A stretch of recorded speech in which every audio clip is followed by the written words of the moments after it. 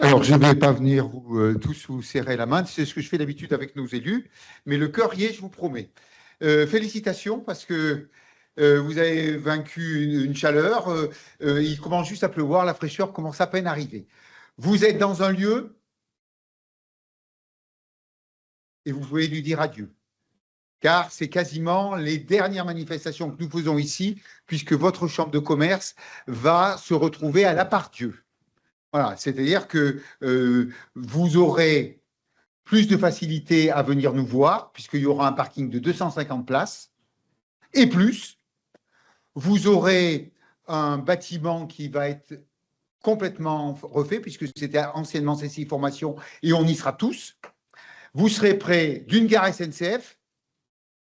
Personne ne me fait la blague avec des rames qui marchent bien maintenant, vous le savez. Ouais, c'est sûr, elles sont là. Ensuite, vous aurez la gare du tram, vous aurez les sorties autoroutières. J'ai envie de dire que voilà, toutes les conditions seront. Et puis, on ne sera peut-être pas obligé de vous entasser tous là. Bon, voilà. Alors, vous êtes sur une phase de transmission. Marilus anime et accompagne cette dynamique comme elle accompagne la création d'entreprise. On est d'accord, Marilus, avec ça, hein, voilà. Donc, c'est la courbe de vie d'entreprise. Il y a une phase de création, j'ai toujours aimé cette image, c'est la courbe de vie du produit. Elle fait comme ça. À un moment donné, elle a un plateau, soit on réinvestit, soit on transmet, et c'est le suivant qui va continuer à développer. Donc, cette phase de transition, elle est...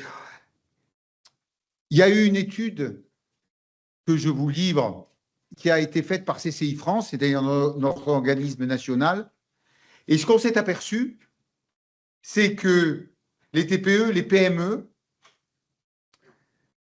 n'avaient pas cette anticipation. Et que souvent, il y avait une opportunité où c'était décidé et que nous avions 4-5 mois pour passer en phase action. Donc, nos collaborateurs, nos études, nos façons d'accompagner, on a été obligé de les condenser pour répondre à ces attentes. Force est quand même de constater que quand c'est pris en avance, pour des tas de raisons, pour des raisons RH, pour des raisons financières, pour des raisons patrimoniales, l'anticipation est le maître mot. Mais la réalité du terrain nous montre parfois que la décision des TPE, PME, c'est de le faire au claquement de doigts, avec des risques, avec des parties qui seront moins travaillées. Voilà. Donc, je vous livre la réalité du terrain auquel nous sommes confrontés, parce qu'après, ça veut dire quoi? Ça veut dire que nos collaborateurs et vous qui accompagnez les entreprises, vous devez être en capacité à le faire quasiment sans cette anticipation qui ferait que ça soit parfait et que le cadeau soit bien ficelé. Eh bien, voilà, la réalité du terrain prouve que ce n'est pas le cas. Mais la réalité de ce que nous pensons, nous, c'est que anticiper, c'est souvent prévoir. Voilà. Donc, je vais vous laisser avec Marilus, avec aussi une animatrice qui connaît bien notre chambre pour cette phase de travail, de réflexion et de se dire que y en aura d'autres puisque cette cause-là a été retenue comme une cause nationale. Un dernier mot, de vous dire que c'est pas innocent que ça se passe ici et qu'on se batte pour la transmission d'entreprise, car ici, il y a un site qui a été créé 40 ans ou 50 ans 40 ans, ça fait 40 ans qu'on a créé Trans-Entreprises. Et Trans-Entreprises, ce sont des collaborateurs qui, il y a 40 ans, ont déjà travaillé sur ce sujet-là et ont créé un site Trans-Entreprises qui est aujourd'hui partagé entièrement en France et qui a aussi l'avantage d'être partagé par l'ensemble du monde consulaire, c'est-à-dire aussi bien les chambres des métiers que les chambres de commerce. Et ça, sur le plan national et aussi dans les tom-toms. Et les équipes qui animent ce site et qui animent cette dynamique, elles sont ici, au dernier étage de cet immeuble. Voilà. Et pendant ces 40 ans, on a fait en sorte que ça soit présent sur l'ensemble de l'Hexagone et les chambres des métiers ont même décidé qu'elles n'auraient plus d'outils, qu'elles utiliseraient cet outil commun que nous partageons. Voilà. Donc, je vais vous laisser avec votre animatrice, avec Marilus et avec cette équipe qui va vous accompagner dans ces réflexions et répondre à toutes vos questions, en se disant que l'anticipation est toujours la meilleure chose. Merci de votre attention et bon courage.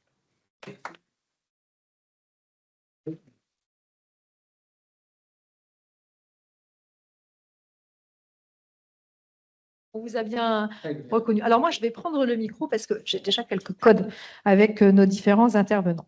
Eh bien, bienvenue à tous. On est ravis donc de vous accueillir aujourd'hui.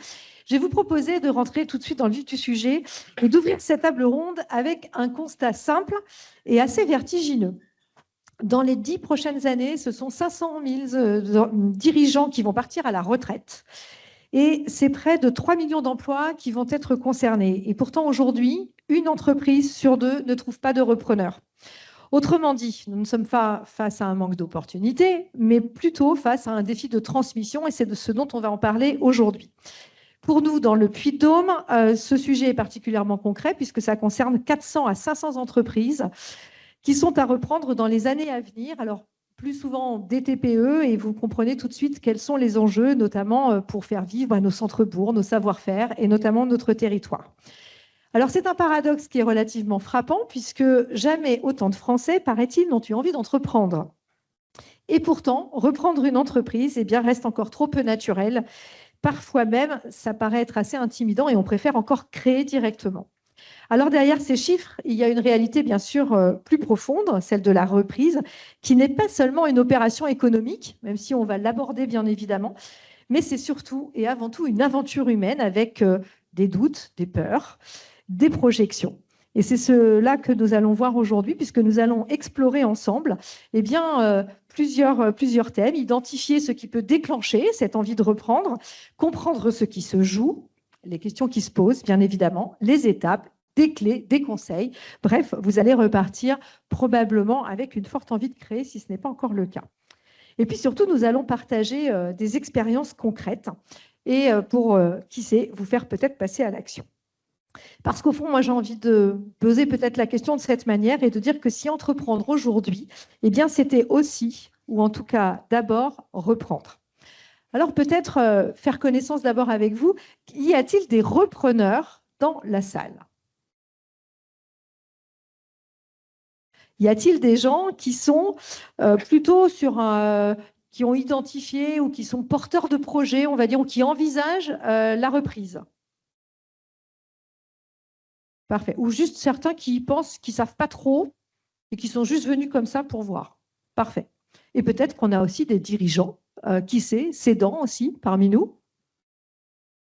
Parfait. Merci beaucoup. Comme ça, nous allons pouvoir ajuster nos discours.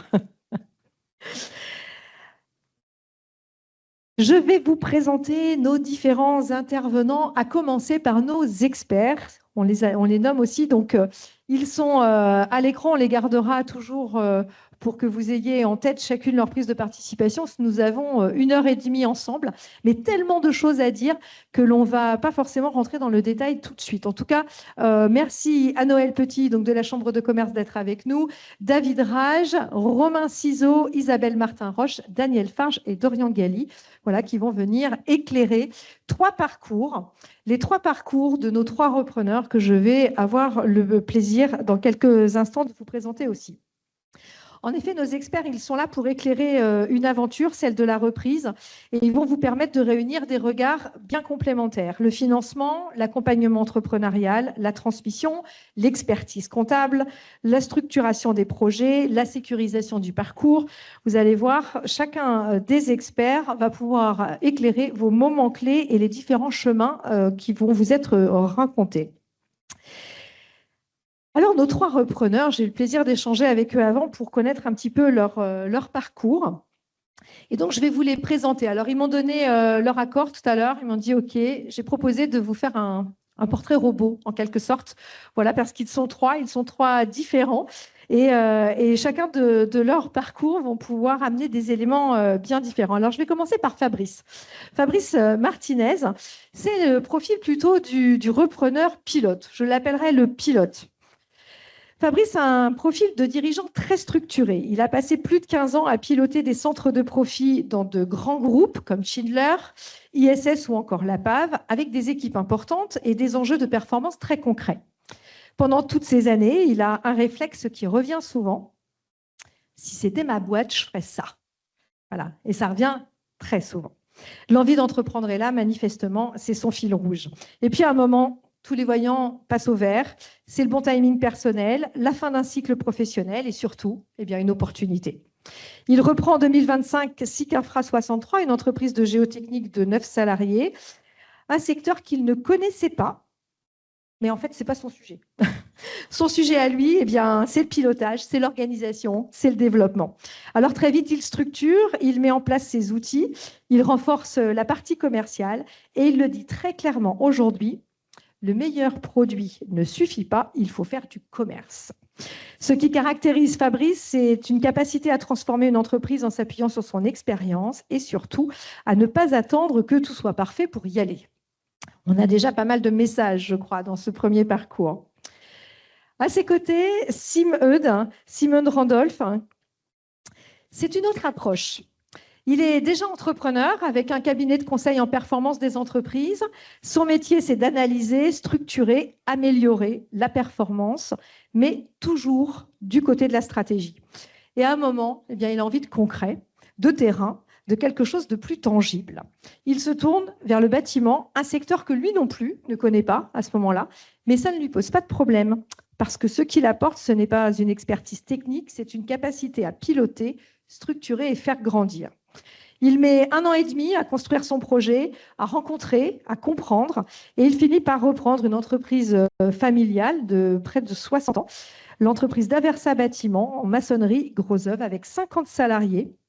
Et une particularité forte, c'est qu'il va garder à ses côtés, je spoil un peu, mais il gardera le cédant dans l'aventure finalement. Ensemble, ils se répartissent les rôles, le technique d'un côté, la stratégie et l'organisation de l'autre. Ce qui marque chez lui, eh bien, c'est une approche très construite et aussi la lucidité et la réalité. La réalité du terrain, qui est parfois plus complexe que les plans, des changements qui prennent du temps, et donc il comprend qu'il faut beaucoup de patience. Son message à lui, eh bien, c'est on ne reprend pas une entreprise seule, et la complémentarité, c'est souvent la clé.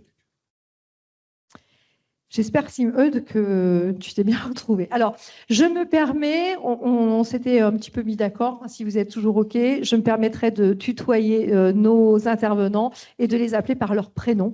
Voilà, ce qui rendra convivial notre échange. Alors, Erika Geneste, eh bien, c'est notre profil d'exploratrice, si on peut dire. C'est encore un autre parcours différent et très souvent inspirant d'ailleurs pour beaucoup. Elle entre chez McDonald's le jour de son bac pour un job étudiant et elle y reste plus de 20 ans. Elle évolue, apprend tout sur le terrain jusqu'à devenir directrice générale de plusieurs restaurants. C'est une autodidacte, une manager, quelqu'un de très ancré dans l'humain. À un moment, elle ressent le besoin de changer de cap et de devenir chef d'entreprise. Elle se forme, elle se questionne et elle tombe un peu par hasard sur une opportunité de reprise chez Yves Rocher. Et là, tout s'aligne très vite. On verra que parfois, les étoiles, ça peut avoir du sens. Elle reprend un premier magasin, puis un deuxième dans la foulée, 2 équipes, 2 dynamiques, et très vite une réalité. La reprise, c'est avant tout une aventure humaine. Elle doit recréer la confiance, gérer les tensions, prendre des décisions difficiles, et même faire face à des imprévus lourds. Ce qui la caractérise, c'est son énergie, sa capacité à embarquer les équipes et une conviction très forte. Tout est possible, à condition d'y croire et d'être bien entouré. Alors nous y voilà, justement, avec ces témoignages et avec qui ils ont été entourés, puisque pour la petite histoire, si je puis dire, donc Fabrice, vous avez à droite et à gauche des hommes qui vous ont bien épaulé, votre expert comptable et David Rage qui vous a accompagné sur toute la démarche. Simeud également est accompagné à droite d'Isabelle, qui est l'expert comptable également de Simeud. Et puis Erika, qui a été accompagnée par la Chambre de métier, de commerce, pardon, notamment, et puis qui a suivi aussi un processus de formation. Enfin voilà, donc ça permet de voir les liens également et on va pouvoir interagir autour. Donc, nous allons vous décliner des histoires autour de plusieurs points. On va partir du déclic, parce que finalement, qu'est-ce qui fait, et c'est peut-être si vous êtes là aujourd'hui, vous êtes déjà dans cette approche de vous dire, et pourquoi pas, la reprise d'entreprise. Alors justement, je vais me rapprocher de mes 3 repreneurs. Je vais peut-être commencer par Fabrice, tiens. Moi, je vais vous inviter à revenir au tout début. Qu'est-ce qui fait qu'un jour, on bascule et puis on se dit, tiens, à part répéter sans arrêt si j'étais le patron, qu'est-ce qui fait qu'on décide de reprendre une entreprise? Alors, bonjour à toutes et à tous pour commencer. Alors le déclic, effectivement, on se pose beaucoup de questions et c'est normal. Est-ce que c'est le bon moment? Est-ce que je vais y arriver? Est-ce qu'il y a des enjeux, la famille, la maison? Est-ce que c'est le bon moment? On se pose toujours effectivement ces questions-là. Et puis, comme vous l'avez dit dans la présentation, comme tu l'avais dit, pardon, excuse-moi, à un moment donné, à force de gérer des centres de profit, on se dit, et pourquoi je ne le ferai pas pour moi? Donc là, on commence à se renseigner, quel est le cursus qu'il faut rencontrer. Et c'est là que j'apprends que David Rage est la bonne personne pour reprendre une entreprise, et je vais le voir, et je lui explique mon cursus et mon besoin et ce que je souhaite. Voilà le déclic. Voilà le déclic. On va passer le micro à Simeud et ce temps-là de dire qu'effectivement, la démarche souvent, et c'est une expression que j'emprunte à Marie-Luce Boson, c'est de trouver le bout de la pelote, du fil, et ensuite, voilà, quand on a le premier, là c'était David, après ça déroule. C'est ça le réseau également autour de nous. Alors Simeud, même question. C'était quoi le déclic? Comment on en arrive d'un seul coup à se dire que, allez, on part sur un projet de reprise? Comme tu le disais, bonjour à tous et à toutes. Comme tu le disais au début, j'ai un cabinet, je suis déjà entrepreneur. Et mon travail jusque-là, c'était de faire prendre des décisions aux chefs d'entreprise. D'accord? Donc, j'étais jamais acteur, moi. Hein, je donnais des recommandations. Et il m'est arrivé l'envie, non pas de donner des recommandations, mais de prendre les décisions moi-même et d'en subir les conséquences des décisions que je prenais. Donc ça, c'était le premier déclic. Et puis, après, il y a une chose, moi, j'ai toujours été fasciné par le travail manuel. Et c'est vrai que mon métier, c'était plutôt très immatériel, intellectuel et autres. Et voilà. Et donc, quand je cumule les deux, j'en viens naturellement au bâtiment parce que j'aime ce métier. Voilà. Donc, j'ai voulu reprendre une entreprise donc, de bâtiment qui ne s'est pas fait pour des raisons d'analyse financière. Hein. Au dernier moment, on a découvert que ce n'était pas bon. Et j'ai demandé à mon expert comptable, bon, OK, plutôt rester sur cet échec, trouve-moi quelque chose d'autre, parce que j'avais vraiment envie de reprendre une entreprise. Et c'est comme ça que j'ai rencontré le cédeur. Et notre relation a abouti effectivement à ce que je reprenne cette entreprise.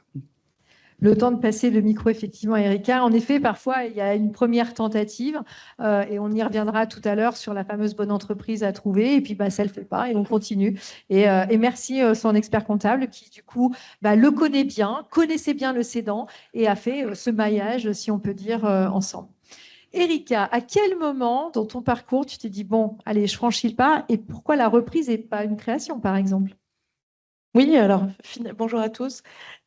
Finalement, très tôt, au bout de 5 ans chez McDonald's, j'ai eu envie d'entreprendre. Je me suis dit, à force de servir, et si moi j'avais mon restaurant? Donc ça a commencé de me trotter et j'ai continué. J'ai continué à évoluer sur des postes de formatrice, manager, directrice de restaurant. Et donc tout au long de mon évolution, j'ai beaucoup appris en management, en gestion. Donc en fait, c'est toujours resté un petit peu en background dans mon cerveau, mais j'ai continué mon évolution au fil des créations de McDonald's. Et donc, le déclic a vraiment eu lieu, on va dire, à la période du Covid. Et mes 40 ans approchant, j'ai dit, voilà, je veux devenir chef d'entreprise à 40 ans. Bon, il y en a qui divorcent, hein, Moi, j'ai déménagé et je suis devenue chef d'entreprise. Et plutôt, on le verra par la suite, assez encadré, ayant toujours travaillé en franchise, donc dans un cadre de reprise de franchise, arrivant donc sur une franchise où tous ces franchisés partent à la retraite et donc beaucoup d'opportunités de reprise. Et l'opportunité, on la racontera tout à l'heure. Peut-être profiter du micro pour Noël et notamment David. Hein. Vous êtes souvent peut-être au démarrage, c'est-à-dire que quand peut-être certains d'entre vous vous posez la question. On vient vous voir en général, c'est quoi? C'est la crise de la quarantaine? C'est une envie? C'est une opportunité? C'est quoi généralement le profil du repreneur qui vient vous voir? Alors, bonsoir. Alors oui, généralement, le profil enfin, les profils sont complètement différents et variés. Mais effectivement, l'envie d'entreprendre, l'envie d'être son propre patron, qui crée vraiment une passion en fait de l'entrepreneuriat et de la reprise, c'est ces personnes-là qui viennent nous voir parce que elles ont ce besoin de se dire bah, ok, j'ai envie d'entreprendre et j'ai besoin d'avoir des clés, j'ai besoin de savoir par où commencer. Et c'est tout notre rôle au niveau de la CCI et des accompagnants en général, chambres de métiers et autres structures, qui permettent à un repreneur de savoir par où commencer, vers qui s'orienter, créer ce réseau. Et donc, effectivement, c'est vraiment le point de départ. Et ensuite, comme tu disais, il y a un fil. Et après ce fil, il faut le tenir et puis il faut le dérouler. Voilà, donc on voit effectivement qu'on nourrit une envie d'entrepreneuriat, mais c'est vrai que la reprise, c'est pas la création non plus. Donc il y a des spécificités. David, est-ce que toi, tu peux détecter quelque chose de particulier chez les repreneurs? Alors, bonsoir à tous. L'envie d'entreprendre, elle est déjà là depuis très très longtemps en général. Et les repreneurs que je rencontre souvent ont eu des opportunités de créer des idées. Parfois l'ont fait, ont créé, puis ont arrêté, sont repartis sur un rôle de salarié, de cadre, etc., qui peuvent être dans des entreprises diverses et variées. Mais l'envie d'entreprendre, elle est souvent là depuis longtemps. Et à un moment donné, effectivement, il y a des caps, il y a des, je sais pas si on peut appeler ça des crises, mais plutôt voilà des caps. Moi, je dirais plutôt de la quarantaine, de la 45e, de la cinquantaine, qui font qu'à un moment donné, on va se dire, ben allez, cette fois j'y vais. Souvent avec l'idée de reprendre effectivement plutôt que de créer, parce qu'on va s'appuyer sur une base existante, sur une histoire humaine qui existe déjà dans l'entreprise, et l'idée de pouvoir apporter quelque chose pour développer davantage. En général, ce sont ça d'ailleurs les critères. Si on choisit la reprise plutôt que la création, c'est quoi? C'est le fait qu'il y ait déjà une histoire existante, une entreprise, des références, quelque chose c'est des deux côtés en fait. On va chercher à cibler une entreprise qui a déjà une histoire et qu'on va pouvoir valoriser avec son expérience qui va correspondre à une histoire professionnelle de vie qui a déjà été vécue pendant un certain temps et qu'on va pouvoir valoriser peut-être aussi une fois qu'on a atteint dans le monde du salariat un certain plafond de verre. Voilà, on peut plus progresser, on n'a plus envie de s'investir pour quelqu'un d'autre. Par contre, on va essayer de se recréer une histoire pour sa propre personne et pour une autre aventure entrepreneuriale pour repartir pour quelques années.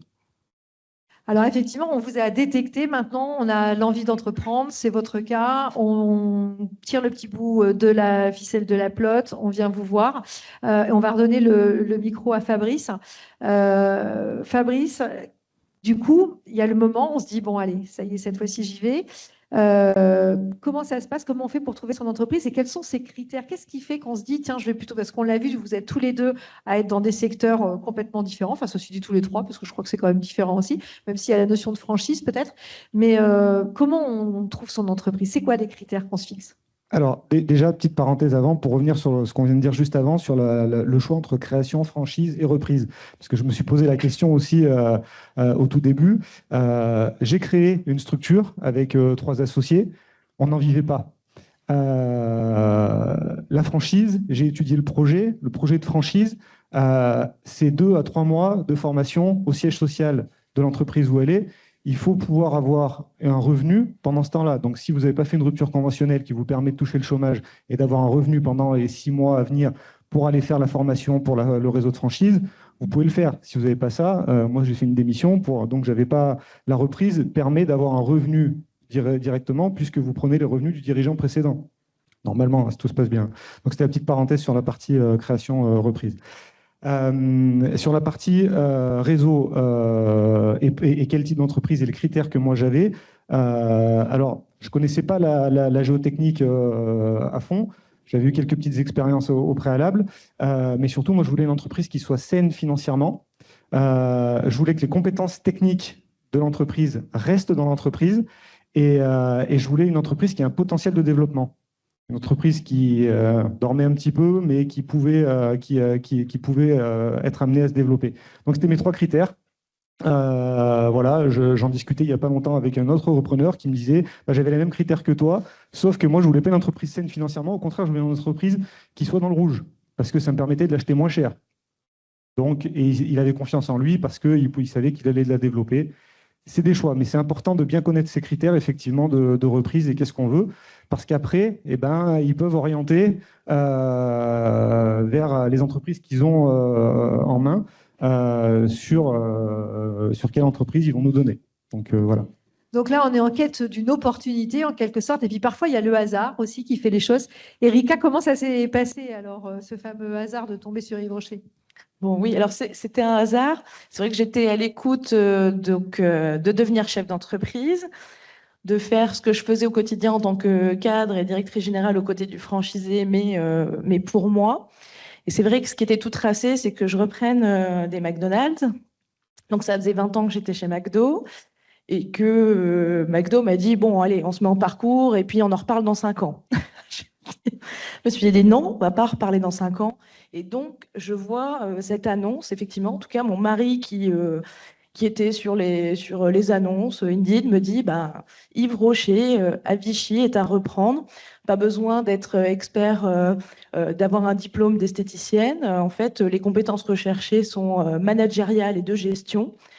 Et là, effectivement, bah, j'y pense toute la nuit. Je me vois déjà dans Yves Rocher en train de booster le commerce parce que c'est une enseigne que je connais en tant que cliente, que j'aime bien. Et je me dis, ouais, c'est chouette, effectivement. Et donc, ça me parle et je décide de postuler. Voilà le début de l'aventure. Sim Eudes. Alors, on a 2 micros, voilà, on les fait naviguer un peu. Et oui, alors donc, la première entreprise, ça ne marche pas. Donc, il y a Isabelle Martin-Roche qui vous appelle et qui dit « Ah, j'ai peut-être quelque chose pour toi. » Oui, parce qu'Isabelle, mon expert comptable, me connaît plutôt très bien et connaît très bien d'ailleurs ses clients et tous ses clients. Et ça, c'est un point fort d'Isabelle. Elle nous a mis en relation effectivement avec le cédant parce qu'elle connaît mon parcours. En réalité, quand on veut reprendre une entreprise, la question à se poser véritablement, et celle que moi je me suis posée, c'est qu'est-ce que j'apporte véritablement à cette entreprise? Ça, c'est la question fondamentale. Et comme le parcours de mes confrères, d'ailleurs, ici, on voit qu'on n'a pas toujours été du secteur. Ce n'est pas un frein en soi. Et ça, c'est un petit message aux banquiers. Ils auront un droit de réponse tout à l'heure. Oui, parce qu'en réalité, en tout cas pour moi, j'achetais pas un secteur d'activité. J'achetais un potentiel, une situation. J'achetais une équipe. J'achetais un savoir-faire. J'achetais une histoire. J'achetais une opportunité. Voilà. Et donc, se mettre dans cet état d'esprit pour dire quelles sont les compétences aujourd'hui que j'ai, que je peux mettre au service de cette entreprise pour continuer à la développer. Et il faut être passionné. En tout cas, pour moi, ça a été... Et c'est ce qui fait aussi qu'à un moment donné, on est capable de bouger les lignes. Parce qu'au départ, vous étiez parti sur un profil d'entreprise peut-être avec un peu moins de salariés. Puis finalement, l'opportunité vous amène sur un projet quand même qui n'est pas de la même dimension. Oui, au départ, c'était une entreprise d'une dizaine de salariés. Là, on a fait x5 en termes de nombre de salariés. Et donc, c'était un gros challenge. Il fallait effectivement là bien analyser le dossier. Ça ne s'est pas fait du jour au lendemain. Parce qu'on se pose des questions, on ne veut pas faire n'importe quoi. Il faut aussi se rassurer soi-même, être sûr qu'on a quelque chose à apporter. Et j'ai parlé de la complémentarité. C'est super important. Parce qu'au-delà des chiffres, c'est des relations humaines dans une entreprise. Et ça, c'est vraiment très important. Et donc, c'est cette relation aussi entre les personnes que j'ai rencontrées dans cette entreprise-là, parce qu'on a mis du temps. On a appris à se connaître. C'est ça qui a finalement créé le déclic et qui fait qu'on passe à l'action. Alors, on va donner le micro à David, mais au passage, on va s'arrêter avec Isabelle parce que, Isabelle, c'est toi qui es à la source de cette mise en relation. Quand on est expert comptable, on connaît des entreprises, qu'on connaît les dirigeants, les entrepreneurs, ceux qui ont envie de reprendre. Finalement, c'est le bon environnement. Ça arrive régulièrement, enfin, ça t'arrive souvent de faire des mises en contact comme ça? Non, mais là, c'était vraiment, bonsoir à tous, c'était vraiment une opportunité, un moment en fait où j'avais un entrepreneur qui était un petit peu au bout, qui voulait plus continuer tout seul, et Simone qui était en phase de reprise d'une entreprise, et la veille de la signature me dit non mais là, ça peut pas le faire. Donc on a analysé, on a dit bah non, ça peut pas le faire. Et il y a eu ce moment un peu de flou pour lui, et où je me suis dit, mais vu ses compétences, même si ça ne faisait pas le joint vraiment sur ce qu'il voulait au départ, je me suis dit, ce serait peut-être bien qu'ils se rencontrent. Donc j'y suis allée petit à petit, l'un et l'autre, en leur disant, vous ne voulez pas vous rencontrer? Et tous les deux m'ont dit, ah oui, bah oui, oui, oui, bien sûr. Et ça a super matché entre eux. Et c'est cette aventure humaine qui a permis, en fait, de faire cette reprise. Voilà, cette rencontre dont on parlera tout à l'heure. Alors David, justement, on vient te voir quand on a un projet de reprise, comme on vient de le dire. Ces fameux critères, ils sont importants parce que quand on vient te voir, ben voilà, c'est pas comme un catalogue où on va faire un choix, je voudrais ci, je voudrais ci, je voudrais ça. Enfin, j'imagine. Et puis on a parlé d'une entreprise effectivement dont les chiffres étaient peut-être, enfin voilà, il y a des informations. Est-ce que tu peux peut-être témoigner toi sur l'ensemble des accompagnements que tu fais, de ces notions de critères? Est-ce que c'est bien d'avoir des critères? Est-ce qu'il faut être ouvert? Enfin, quel est tes conseils, si on peut dire, sur ce genre de démarche face aux repreneurs quand ils viennent te voir? Alors, quand on est repreneur et qu'on commence à faire le tour des différentes personnes qui peuvent amener des opportunités de reprise, c'est important, évidemment, d'avoir réfléchi en amont à son projet de reprise. Voilà, il faut avoir une démarche qui soit mature, qui était réfléchie, savoir où on va. Peu importe après si les critères qu'on s'est donnés au départ seront respectés ou pas. Mais c'est vrai, quand on se dévoile quelque part pour, voilà, je recherche une entreprise à céder, on fait le tour un peu des experts de la place de Clermont ou un peu plus large, peu importe. Il faut avoir cette solidité pour faire sérieux, quoi, tout simplement. On va aller chercher des opportunités, donc les critères, il faut qu'on y réfléchisse un minimum, voire beaucoup même, avant d'aller rencontrer des personnes susceptibles de vous amener des opportunités. Encore une fois, les critères qu'on se donne au départ ne seront pas forcément les critères exacts de l'entreprise qu'on va trouver, sur laquelle on va s'engager, parce qu'on le verra sûrement plus tard dans nos échanges. C'est difficile de trouver l'entreprise idéale telle qu'on se l'imagine une fois qu'on démarre. Mais voilà, avoir réfléchi à ces critères en termes de secteur d'activité, en termes de secteur géographique, en termes de montant financier qu'on est prêt à investir, en termes de secteur d'activité de la cible, évidemment, mais de façon quand même assez large pour ne pas être non plus catégorisé dans un seul secteur d'activité. Tout ça, c'est super important avant de commencer à aller rencontrer des personnes susceptibles d'amener des opportunités. Ouais. Est-ce qu'on peut dire qu'il y a une vraie bonne cible? Parce que je me mets à la place de ces dents qui sont potentiellement dans la salle. Toutes les entreprises sont différentes. Est-ce qu'il y a cette mise en relation? On le sait qui n'est pas simple de connaître les entreprises qui sont à céder parce qu'on n'a pas toujours l'information. Pour autant, il y a des repreneurs qui se manifestent peut-être un petit peu plus facilement. Donc, la bonne entreprise, elle n'existe pas vraiment finalement. Elle est liée au profil du repreneur. C'est une histoire humaine, comme on disait tout à l'heure.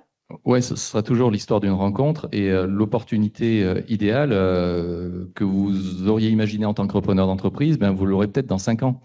Elle n'est pas forcément là au même moment, à l'instant même où vous allez vous mettre en recherche. Donc, il faut accepter aussi le fait que, malgré le ciblage qu'on fait, malgré l'idée qu'on se fait de l'entreprise idéale, ben, peut-être qu'on va la trouver, mais peut-être que ça sera une entreprise un peu différente et qui ne sera pas forcément complètement idéale, mais qu'on va pouvoir quand même, sur laquelle on va pouvoir se projeter en termes de projet entrepreneurial.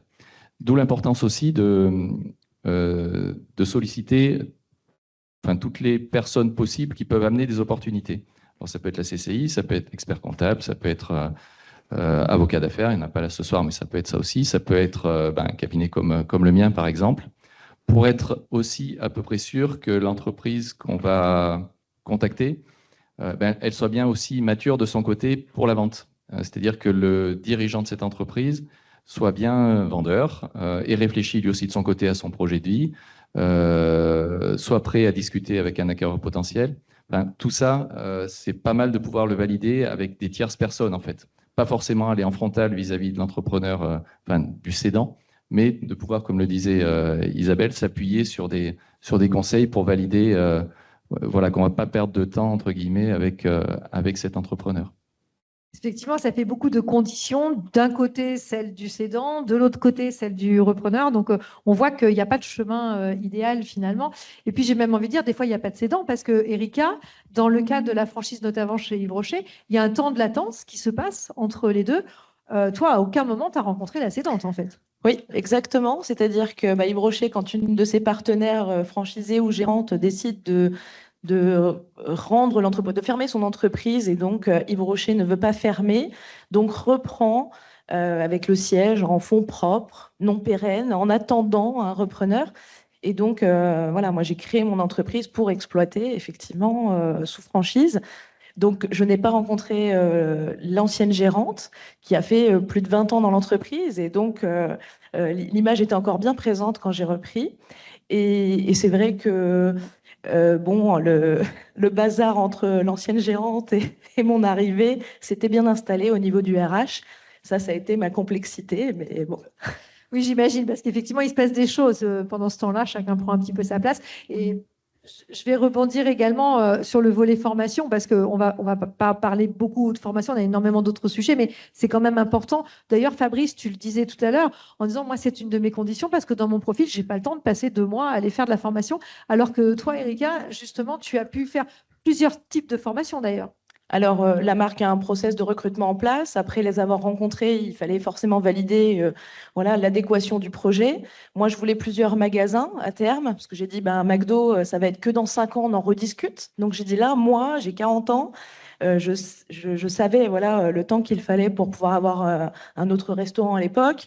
Donc, j'ai dit, moi, je me projette dans ma prochaine décade. J'attends pas 10 ans, 15 ans pour avoir un deuxième magasin. Donc, d'où le projet Vichy qui a été abandonné et une proposition d'un projet Clermont-Ferrand avec plusieurs magasins à reprendre. Donc aussi, voilà, déménager, voilà, quitter tout mon secteur et mon réseau pour venir m'installer en ville, puisque j'étais à la campagne proche de Vichy. Donc ça a été quand même aussi le parcours de la reprise. Au fil de l'eau, le projet s'est affiné. Avec une formation proposée par Yves Rocher, d'une part. Alors effectivement, donc le parcours est balisé. Hein. Ils m'ont demandé de construire le business plan. Ils ont validé toutes les étapes. Et quand tout a été aligné, accord de banque, business plan monté, voilà, mon profil validé, il y a effectivement 5 semaines de formation où je suis allée au siège, enfin en magasin, plus au siège. Je pense que c'était vraiment voilà, nécessaire, surtout pour moi qui ne connaissais pas ce milieu. Donc, c'était nécessaire que je puisse découvrir. Et j'ai fait une démission pour reconversion, donc un dispositif qui permet de démissionner et donc pour création d'entreprise, percevoir une allocation Pôle emploi pendant 18 mois, ce qui m'a permis aussi de ne pas me rémunérer dans un premier temps. Et même si on est dans un cadre sécurisé de franchise, tout partait de ma ligne du haut sur mon business plan du chiffre d'affaires. Donc, j'avais aussi cette sécurité mentalement de me dire, bon, j'ai un peu de souplesse aussi dans mon business plan. J'écris ma ligne de rémunération que je ne prendrai pas volontairement et ça me laisse un petit peu de souffle pour pouvoir envisager la suite. Et quand même, pour pouvoir endosser la casquette de chef d'entreprise, une formation dispensée par la Chambre de commerce, je crois, pour aller revoir un petit peu les fondamentaux quelque part. Oui, avant de me lancer, j'ai vu 5 jours pour entreprendre. Donc, jour 1, le marketing, jour 2, la banque, jour 3, la comptabilité, enfin le comptable. Et en fait, c'est vrai que bon, moi, ça a plutôt confirmé mon projet, puisque c'est tout, comme le disait Simeud ou Fabrice, bon, je gérais les comptes d'exploitation pour quelqu'un d'autre, j'allais jusqu'au bilan comptable. Donc, en fait, ça m'a permis de valider que voilà, il n'y avait pas beaucoup de mystères encore qui se cachaient derrière la reprise d'entreprise, puisque c'est vraiment, ça fait vraiment peur. Voilà. Et c'est ton cas d'ailleurs, je crois, Fabrice aussi, d'avoir suivi cette formation. Peut-être pas, comme tu me l'as dit, pour apprendre, mais par contre, c'est rassurant. Qu'est-ce que ça t'a apporté de ton côté Oui, alors effectivement, c'est très rassurant. Hein. Ça permet d'acquérir des choses qu'on a certainement déjà vues, mais c'est toujours bon de les revoir. Voilà, donc oui, c'était très intéressant. Des premières rencontres. Peut-être un mot, mais très rapide, Noël, justement, sur ce que propose en termes d'accompagnement et de formation, la Chambre de commerce. Oui, on a des formations à la création d'entreprise. Donc aujourd'hui, c'est plus les 5 jours, mais ça s'appelle « Je construis mon projet ». C'est une formation qui est un petit peu plus longue que les 5 jours puisqu'elle dure sur 2 mois. Et ça permet de balayer l'ensemble des items que va devoir gérer un chef d'entreprise. Et c'est des formations en plus qui sont financées par le conseil régional. Au jour d'aujourd'hui, je n'ai pas de date à vous donner parce qu'on est sur une période de renouvellement. Donc, les prochaines sessions, on a bon espoir qu'elles ouvrent d'ici la fin de l'année, voire l'année prochaine. Voilà. Et puis sinon, on a toujours une formation qui s'appelle Cap Excellence Dirigeant, qui permet sur une période assez longue de pouvoir également maîtriser l'ensemble des items de gestion d'entreprise. Alors, avant qu'on parle financement, parce qu'on y arrive, je veux juste une précision là sur la formation de 2 mois, c'est à temps plein? Ou c'est le soir? Oui, non, c'est 2 mois à temps plein, pardon. Voilà. Par contre, Cap Excellence, c'est comment dire, séquencé par période de quelques jours. Sur 6 mois, je crois, avec 2 demi-journées d'accompagnement. Voilà, c'est ça. Alors justement, bien, nous allons, maintenant qu'on est formé, on a trouvé l'entreprise, il va peut-être falloir penser à la financer. Donc, en termes de financement, c'est un sujet important. Et entre la réalité et ce qui se passe vraiment, est-ce que ça a été compliqué? Comment ça s'est passé pour vous? S'il faut bien avoir les sous quand même pour reprendre une entreprise. Allez, Fabrice. Oui, effectivement. Alors, la chance que j'ai eue, c'est que l'entreprise que j'ai rachetée, ça faisait 30 ans qu'elle était gérée au Crédit Agricole. Donc, forcément, la première chose qu'on fait, c'est on va voir la banque. Il se trouve que c'est le Crédit Agricole que j'ai été voir ou chez qui j'étais client. Donc déjà, ça facilite les choses parce que quelque part, en plus, la conseillère pro, elle rassure et elle dit « Oui, ça fait 30 ans que je les gère, c'est sain, vous pouvez y aller. » Donc déjà, ça rassure. Après, effectivement, il faut parler financement. Donc, alors moi, j'ai tenté une approche de dire « j'apporte 0 ». Apparemment, ça n'a pas marché. Ça n'a pas marché, mais généralement, ils demandent 20% et j'ai pu y aller avec 10. Donc, j'ai apporté 10% du montant de l'acquisition d'entreprise. Donc, la bonne nouvelle, là, pour quand même le public, c'est qu'on peut négocier avec son banquier. Hein. Visiblement, oui. En tout cas, ça s'est passé comme ça. Donc voilà. Après, il y a d'autres. On peut se faire accompagner. Il y a des financements qui sont possibles, mais je pense que vous allez l'aborder un peu plus tard. Alors, Simeud, comment ça s'est passé le financement de cette reprise d'entreprise? Moi, j'ai eu une approche beaucoup plus audacieuse. On ne fait pas un concours. Hein. Non, j'ai fait venir les banques à moi pour leur présenter le projet plutôt. Voilà. Et je les ai mis en concurrence. Voilà. Donc, ce qui a été bien, c'est que j'ai eu une oreille très attentive des banques. Mais j'ai choisi celle qui a fait une proposition assez rapidement et qui a été, à mon sens, beaucoup plus sensible au projet. Et ce qui est intéressant aussi, c'est que quand vous êtes face aux banquiers, aux jurys, finalement, qui doivent évaluer aussi le projet, la rentabilité du projet, votre profil, il faut les convaincre déjà. Donc, ça, c'est un point important, ce que vous apportez. Et donc, ça nous challenge aussi en quelque sorte. Et donc, ça nous permet, moi j'ai eu, en toute honnêteté, au début, le projet a l'air beau sur le papier, mais votre profil, est-ce que vous avez pensé à ça? Et donc, ça nous a permis de retravailler le projet, de réfléchir autrement au projet et de proposer cette fois-ci, on va dire, un plan de reprise beaucoup plus alléchant et qui a matché avec la banque. Parfait. Alors, le témoignage d'Erika, puis après, bien sûr, Romain et Daniel vont nous éclairer sur leur vision. Alors, Erika, je fais attention parce que je la connais de Romain, mais donc, la banque, ça n'a pas été le plus facile. En tout cas, moi, j'ai trouvé. Donc, Yves Rocher me demandait un apport personnel de 30 000 € en disant que c'était bien pour avoir un apport de départ en trésorerie. Il y allait avoir aussi des droits d'entrée à hauteur de 8 000 €, mais qui ont été finalement autofinancés par la reprise d'entreprise. En revanche, ce qu'ils m'ont demandé, ce qui était extrêmement difficile, ça je l'ai appris sur ce parcours d'entrepreneuriat, c'était une garantie bancaire du stock, puisqu'ils me permettaient de rentrer comme ça sans acheter mon stock, ce qui fait qu'avec juste 30 000 euros, j'ai pu rentrer finalement. Et donc, j'allais pouvoir faire du chiffre d'affaires pendant cette semaine avant de commencer à payer mon stock. Donc, c'était idéal.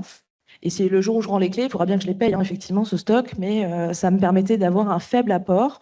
En revanche, il fallait que j'aille chercher donc, cette garantie bancaire qui était vraiment obligatoire pour signer le contrat et qui, la banque s'engage pour moi à hauteur voilà, d'un pourcentage de mon stock, de ma valeur de stock. Donc, il fallait qu'ils garantissent 64 000 euros de produits. Donc, voilà, si je partais avec tous les produits dans le coffre, il fallait que la banque rembourse Yves Rocher. Et donc, cette garantie bancaire n'est pas évidente, puisque je l'ai compris au fil du temps. C'est qu'en fait, la banque est obligée de le prévoir dans son prévisionnel, de laisser de l'argent de côté au cas où je partais avec les produits dans le coffre. Donc, c'était pas évident à obtenir. Parce qu'à un moment donné, mon profil plaisait beaucoup, puisqu'ils disent qu'ils validaient le projet homme idéal par rapport au projet. Donc, comme dit Simeud, il faut les convaincre. J'y suis allée avec une présentation PowerPoint pour leur prouver que j'étais la candidate idéale. Mais en fait, je ne comprenais pas. Je dis, au bout de la 4e banque, je dis, qu'est-ce qui bloque si vous êtes emballé par mon projet ? Et puis, comment, avec une franchise qui a pignon sur rue, mon projet qui est, mon profil qui vous convient, comment ça se fait que ça soit difficile d'obtenir ce financement ? Et donc, voilà, c'est là où ils m'ont expliqué que le risque était un peu important pour eux et difficile à faire valider. Bon, j'ai quand même réussi. Donc, voilà, ça, c'était vraiment voilà, des découvertes sur le chemin, quoi. Voilà, de la persévérance. Et puis effectivement, il faut apprendre le temps long. Je crois, Fabrice, ça a été un élément. Un entrepreneur aime bien foncer, parfois. La patience est nécessaire aussi dans le processus. Alors, je propose de passer le micro peut-être à Romain déjà pour commencer. Parce que Romain, on parle de ce fameux profil, effectivement. Alors, tout à l'heure, on parlait de profil d'entreprise à reprendre, la bonne entreprise, si on peut dire. Maintenant, on parle de bon profil de repreneur. Alors, un banquier, comment ça se passe? Il étudie quoi? C'est quoi son approche? Alors déjà l'approche, bonjour tout d'abord. L'approche, ça va être l'adéquation entre le projet et le profil du repreneur.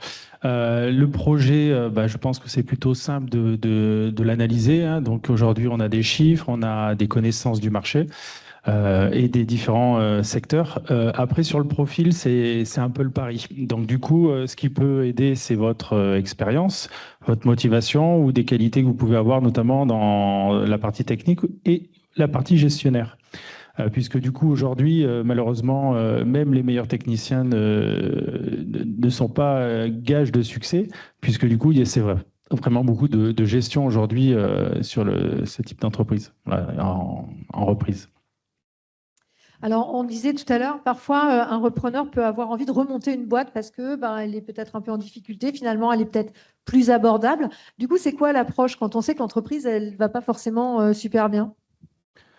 C'est-à-dire qu'un repreneur veut reprendre une entreprise en difficulté. Par exemple. Par exemple, oui, alors ça, c'est pas obligatoirement un problème. Ce qu'il va falloir, on fera attention quand même à la capacité de la personne à remonter ce type d'entreprise parce que c'est pas une reprise traditionnelle. C'est un petit peu plus dur, c'est un cap un peu plus au-dessus. Un peu d'expérience en termes de repreneur pourrait être pas mal. Après, l'avantage aussi, c'est comme disait monsieur, c'est que ça nous permet de racheter une entreprise moins chère. Donc, du coup, ça peut avoir un intérêt aussi.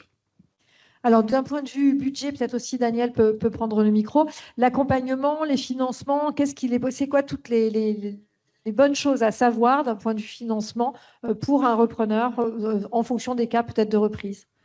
Alors, je ne vais pas vous faire une liste exhaustive des différents financements qui existent, puisque selon que vous ayez un projet innovant ou industriel, il existe des sortes de financements différentes. Je peux juste vous citer les principaux, qui sont les aides qui viennent vous conforter vos apports. Donc, c'est les prêts d'honneur, c'est les prêts d'honneur du réseau Initiative et du réseau Entreprendre. Vous avez aussi les business angels, en haut de bilan, qui peuvent intervenir et investir avec vous sur un projet de reprise. Et puis, par ailleurs, vous avez aussi des organismes de garantie. Je vois que François est là, type France Active Auvergne. Je pense que l'élément le plus important quand on reprend une boîte, c'est quand même qu'il faut prévoir un fonds de roulement conséquent. Parce que tout à l'heure, on disait que l'apport n'est pas important, mais c'est quand même un élément dont on tient compte, puisque pour deux choses. La première chose, c'est qu'on ne veut pas être les seuls à prendre de risques. C'est quand même bien que le porteur de projet prenne un risque et pas uniquement le financeur. Et le deuxième aspect très important, c'est que vous reprenez une boîte dans les mêmes conditions que le vendeur, sachant que vous aurez une charge en plus que le vendeur, c'est le remboursement de l'emprunt. Donc si vous arrivez à limiter cette charge de l'emprunt, vous multipliez vos chances de réussite. Donc ça, c'est un élément dont il faut bien tenir compte. Voilà, donc après, par ailleurs, si vous voulez avoir la liste des financements possibles, je vous invite à vous rapprocher des chambres consulaires ou des réseaux tels que nous, des experts comptables, qui vous donneront le détail en fonction de votre projet. Alors, j'ai envie de donner à ce stade la parole aussi à nos experts comptables et peut-être Dorian également, parce qu'il y a le fait de connaître en effet l'entreprise, donc ça peut être rassurant finalement, ou alors des fois on ne la connaît pas, il y a des éclairages à avoir, on reviendra tout à l'heure Erika sur le fait que parfois ça ne matche pas toujours dès le départ avec un expert comptable, il y a peut-être des clés aussi dans le choix. Dorian, qu'est-ce que tu veux partager toi sur ce volet financement, sur ce qui était important pour Fabrice que tu as accompagné notamment et plus largement? J'ai envie de dire que, bonjour à toutes et à tous, j'ai envie de dire que le banquier ne finance pas forcément des chiffres, mais il finance une conviction. Donc aujourd'hui, et c'était le cas de Fabrice, le repreneur, il doit maîtriser son sujet sur les aspects financiers, sur les aspects stratégiques. C'est voilà, avoir une stratégie sur l'entreprise qu'il a envie de reprendre pour pouvoir en fait, simplement donner confiance aux financeurs. Fabrice, tu l'as dit Virginie, est un pilote, donc il a tenté l'apport zéro. Ça n'a pas fonctionné. Je rebondirai en disant que l'apport est quand même un gage certain pour le financeur. Donc, important de bien maîtriser voilà, les aspects financiers du prévisionnel, mais au-delà, avoir une vraie stratégie sur le dossier qu'on reprend. Une stratégie, effectivement, de la vision, un accompagnement particulier, j'imagine, peut-être plus intense au démarrage. Alors oui, alors pour rebondir sur Fabrice, avant ce projet, il y en a eu 3 ou 4 ou 4 ou 5, donc on s'appelait régulièrement. Donc notre rôle ici, c'est d'être un modérateur. Donc j'allais à l'encontre de Fabrice et de tout repreneur, parce qu'à partir du moment où on a l'envie d'entreprendre, on a envie que ça aille vite. Et notre rôle, c'est voilà, d'aller derrière les chiffres et d'aller vérifier ce que les chiffres ne montrent pas forcément. Et Fabrice pourrait en témoigner, puisqu'il y a un dossier qui était très beau sur le papier et sur lequel on n'y est pas allé parce que des aspects humains, justement, ne collaient pas là, avec le cédant. Donc voilà, notre rôle est de modérer, de tempérer le repreneur, et de vérifier que voilà, les aspects humains matchent aussi avec les aspects financiers. Un petit mot peut-être, Isabelle, sur la partie business plan, business model. Quand on accompagne un projet de reprise, c'est quoi les clés?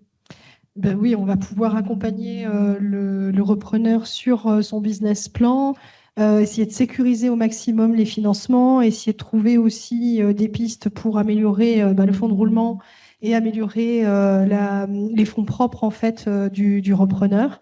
C'est très important, et trouver l'adéquation entre les apports, le capital, les financements qu'on va pouvoir obtenir. Et on tire un peu toutes les ficelles qu'on connaît pour obtenir les meilleures conditions pour nos repreneurs. Et je dirais que là, que ce soit n'importe quel expert comptable, c'est important d'avoir un bon feeling, de bien se sentir à l'aise, parce que c'est un duo que vous allez avoir avec votre expert comptable. Donc, il faut trouver ce bon fonctionnement, ne pas hésiter à en rencontrer 2, 3 si vous le souhaitez. Ça peut matcher directement, mais voilà, c'est important de se sentir en confiance. Voilà, donc d'ailleurs, on évoque les experts comptables, on n'a pas les avocats avec nous, quoique je sais qu'il y en a dans la salle, mais il y a également toute cette sécurisation qui est extrêmement importante. Vous travaillez en collaboration, j'imagine. On travaille bien sûr, ensemble avec les avocats aussi. Sur le projet pour apporter effectivement toute la sécurisation du projet. Et même comme ça, je veux dire, c'est une grosse prise de risque pour le repreneur, donc c'est important d'être bien entouré. Alors, Erika, peut-être faire un petit... Oui, parce qu'on l'a dit, on parle vrai, et des fois, ça ne se passe pas toujours très, très bien. Des fois, il y a des loupés, mais ce qui compte, c'est l'enseignement qu'on en tire et qu'est-ce qu'on fait qui change, et puis après, ça marche. Oui, donc on est dans un discours de transparence, puisqu'il y a eu des embûches sur le parcours. Donc, j'ai choisi d'abord un comptable local dans la préparation de mon projet avec Yves Rocher, qui me demandait donc de lui amener un business plan, après m'avoir fourni des chiffres d'affaires uniquement et pas de bilan. Donc, j'ai dû construire mon business plan avec un comptable de création d'entreprise locale. Et le business plan qu'il m'a fait était extrêmement bon, d'ailleurs. Même mon franchisé, McDonald's, quand il l'a lu, il m'a dit ils ne prennent pas les hommes chez Yves Rocher. Et donc, il n'était pas bon, le business plan. Donc, j'ai failli rater en fait, cette étape de recrutement avec Yves Rocher parce que en fait, la franchise, c'est extrêmement particulier. Il y a toutes les redevances, il y a un modèle très particulier, notamment avec Yves Rocher.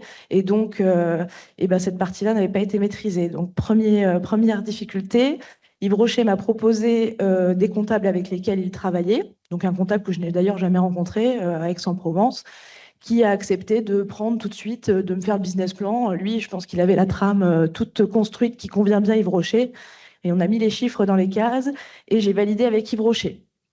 En revanche, la suite, c'est pas forcément extrêmement bien passé. J'ai pas eu une communication fluide, j'ai pas eu de réponse à mes questions, j'ai dû me débrouiller seule. Alors j'avais beaucoup de compétences et je me suis débrouillée. Hein. Par exemple, est-ce que je peux changer, est-ce que je peux recruter une rupture conventionnelle. Enfin, il y a beaucoup de sujets financiers et RH notamment qui vont se poser. Et donc, c'était complexe. Donc, aussi, moi, quand on a fait un point comptable, là, j'ai compris qu'on n'allait pas pouvoir aller plus loin ensemble. Et donc, j'ai changé. Donc, à la fin de la première année de comptable, et j'ai pris un autre comptable donc, sur les conseils donc de la franchisée Yves Rocher de Rion, un comptable sur Fontainebleau qui a plusieurs Yves Rocher. Et je suis très contente d'avoir changé puisque c'est vrai que maintenant la relation est fluide et en plus il bénéficie parce qu'on parle souvent de la partie comptable, je trouve, pour la partie financière. Mais pour moi, je les ai encore plus souvent au téléphone et par mail sur la partie RH. Puisque j'ai décidé de ne pas faire les bulletins de salaire, les contrats en interne, donc toute cette partie est déléguée. Et donc, je pense que c'est important d'avoir aussi un comptable qui va avoir un bon service RH, voire aussi juridique, pour pouvoir nous le proposer, même si après ça dépasse et il faut passer le relais aux avocats. Mais en tout cas, moi, je trouve que là, j'ai trouvé le bon. Voilà. Très bien. Le message, effectivement, de trouver le bon conseil, et c'est peut-être pas le premier, mais en tout cas, c'est important de persévérer. Erika, je te laisse le micro parce que on va aller maintenant. On a dit qu'on était transparent, qu'on allait parler de réalité. Moi, je propose peut-être que maintenant, on aille vers ce que vous n'aviez pas tous les trois anticipé. Parce qu'on est là pour faire du partage aussi, bien évidemment, de bonnes pratiques et que chacun puisse bénéficier des retours d'expérience. Alors, qu'est-ce que toi, dans ta reprise, tu n'avais pas anticipé, Erika ? Je pense que sur cette partie comptable, notamment, alors même si mon franchisé me partageait ses bilans comptables, j'avais fait quelques formations, j'avais des notions. Sincèrement, je me suis retrouvée confrontée à des situations comme à la reprise donc, de mon deuxième comptable après une année 1. Heureusement que c'était après l'année 1. J'avais pas payé la retraite Malakoff là, pour les salariés. Donc, ça représentait, 10 000 euros, un peu plus de 10 000 euros. Donc, donc, il avait bien intégré dans mon bilan, mais je n'avais pas sorti la trésorerie. Voilà. Donc, c'est des petites découvertes comme ça face à... oui, l'URSSAF, ça me parlait. Non, s'inscrire sur Malakoff. Et d'ailleurs, je pense que ça n'aurait pas été de mon rôle, c'était du rôle de mon conseil juridique comptable. C'est pour ça qu'on dit toujours de bien s'entourer d'un comptable. Donc je ne sais pas comment on peut faire pour savoir qu'il va pouvoir bien nous accompagner. En revanche, je pense que ça, c'est primordial parce que c'était une découverte pour moi. Voilà, effectivement, quelque chose pas anticipé. Puis après, de mauvaises surprises également. Pendant qu'on y est, on peut peut-être poursuivre aussi sur quand même ce qu'a permis l'expert comptable de découvrir aussi quand même. Ah oui, alors ça c'est sûr. Ouais.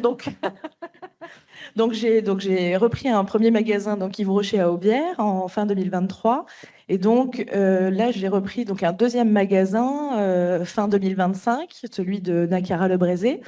Et donc, oui, là, pour le coup, je me suis concentrée en arrivant sur le développement du chiffre d'affaires, sur le développement de l'activité, sur la motivation de l'équipe. Et je n'avais effectivement pas anticipé ce qui s'est passé, à savoir que j'ai eu une grosse problématique de marchandises qui a disparu. Et donc, juste après Noël, la comptable m'appelle en me disant... il va y avoir un problème entre les achats et les ventes. Il en manque beaucoup, beaucoup. Donc, j'ai une très grosse problématique, effectivement, de marchandises. Heureusement qu'elle m'a alertée, hein. C'est sûr qu'il ne faut pas attendre un an de faire l'inventaire pour s'en apercevoir. Ce qui m'a permis de redresser très rapidement la barre et de trouver d'où venaient les fuites. Et voilà. Mais bon, encore une fois, on est sur une valeur de pratiquement 12 000 euros de pertes qui ont disparu. Donc, c'est quand même assez important, quoi. Alors effectivement, on va passer le micro à Simeon qui va lui aussi partager avec nous ce qu'il n'avait pas anticipé. Et ça me permet, le micro est déjà arrivé, mais quand même de faire un clin d'œil à Dorian et à Fabrice notamment, qui précisait ce besoin de pouvoir faire le point régulier, peut-être encore plus au début, avec des tableaux de bord très fréquents. Hein, une forte demande, Fabrice, qui voulait que ça soit pas tous les semestres, mais vite. Et donc, voilà, on pourrait tout à l'heure redire un mot sur ce sujet-là. Alors, qu'est-ce que, Sim, tu n'as pas anticipé que tu peux partager avec nous? Plein de choses. Il y a la théorie et il y a la pratique. Hein. C'est comme un boxeur qui s'entraîne à taper dans des sacs de frappe et qui se retrouve sur un ring avec là, un vrai adversaire, un vrai boxeur. Voilà. Donc, il y a plein de choses comme ça qu'on n'anticipe pas, mais c'est la vie. Il faut pouvoir aussi s'adapter à la réalité. Reprendre une entreprise, c'est pas tout repos. Ce que nous, on n'a pas anticipé, ce que j'ai pas anticipé, c'est le fait, par exemple, d'avoir des vols et des vandalismes sur un chantier, par exemple. Voilà, avec des pertes de 30 000 euros du jour au lendemain, parce qu'on a incendié une base de vie, et parce qu'on nous a piqué tout le matériel. Donc, vous avez beau faire un bon business plan, tout penser bien, ça, c'est la réalité. Voilà, quand ça vous tombe dessus, vous vous dites, OK, comment je gère ça? Bon, vous vous apercevez après qu'au niveau des assurances, c'était pas tout clair. Oui, en effet, cette partie n'est pas prise en compte. Et là, vous découvrez quand même les subtilités des contrats d'assurance avec les trucs écrits en tout petit. Et donc, il faut commencer par se battre avec des compagnies d'assurance là-dessus. C'est une réalité. Vous n'anticipez pas le fait non plus que un client fasse défaut de paiement et voilà, ne vous paye pas non plus du jour au lendemain et que ça devienne une situation aussi à gérer. Déjà dans le bâtiment où les marges sont très faibles, où on a besoin d'un bon fonds de roulement, où les délais de paiement sont quand même déjà assez longs, où on a des garanties également à payer. Donc là, c'est des choses non plus qu'on n'anticipe pas. Mais on l'anticipe quand même un petit peu, mais quand ça arrive, il faut s'y préparer. Et puis après, un autre aspect quand même, c'est l'humain, c'est les relations humaines. Dans une entreprise d'une cinquantaine de salariés, il y a quand même des conflits, il y a quand même et ça, on n'anticipe pas forcément non plus l'ampleur des fois des conflits qu'il peut y avoir entre les personnes et qui on va dire, pénalise quand même la productivité, pénalise l'esprit d'équipe et fait baisser quand même après la rentabilité d'une entreprise. Donc, c'est des aspects, c'est des choses qu'on n'anticipe pas. Et le volet humain, on va y revenir parce qu'il y a également fort à dire aussi. Alors, Fabrice, toi, qu'est-ce que tu n'as pas anticipé? Alors, moi, j'avais anticipé que j'allais avoir des problèmes. La seule question, c'était quoi et quand? Parce qu'effectivement, en ayant été directeur d'agence dans 4 structures différentes, dans les 6 premiers mois où j'ai repris, j'ai toujours eu quelque chose qui s'est passé. Toujours. Donc là, je savais qu'il allait se passer quelque chose. C'est arrivé, puisque j'ai 2 équipes de forage. J'en ai une qui a démissionné au bout de 3 mois que j'ai refait l'entreprise. J'ai une des 2 machines qui est tombée en panne, 12 000 euros de réparation. Et mon autre sondeur a eu des jumeaux. Donc congé paternité, 32 jours. Donc au mois d'avril, j'avais 0 personne pour produire. Donc voilà. Donc comme je l'avais vécu dans d'autres entreprises, j'ai su quoi faire. J'ai fait appel à de la sous-traitance pour pouvoir assurer la production, mais ça m'a coûté beaucoup plus cher. Donc j'y ai laissé des plumes, forcément. Donc c'est pour ça que heureusement que j'avais une trésor qui me permettait d'anticiper un peu ce genre de choses. J'ai malheureusement dû piocher un peu sur la trésor. Et maintenant, il va falloir qu'on mette les bouchées doubles sur les mois qui arrivent pour compenser cette perte du mois d'avril et du mois de mai. Mais voilà, il y a des choses, préparez-vous, vous allez forcément avoir des difficultés dans les 6 premiers mois qui arrivent. Voilà, donc il faut savoir être patient, mais il faut savoir improviser aussi. Voilà. Alors... Et pas paniquer, parce que quand on le sait, je pense que quelqu'un qui n'est pas aguerri à ça, ça lui tombe ça dessus, il se dit c'est bon, là, je suis cuit. Hein. Donc il ne faut pas paniquer. Il y a des solutions, il y a des...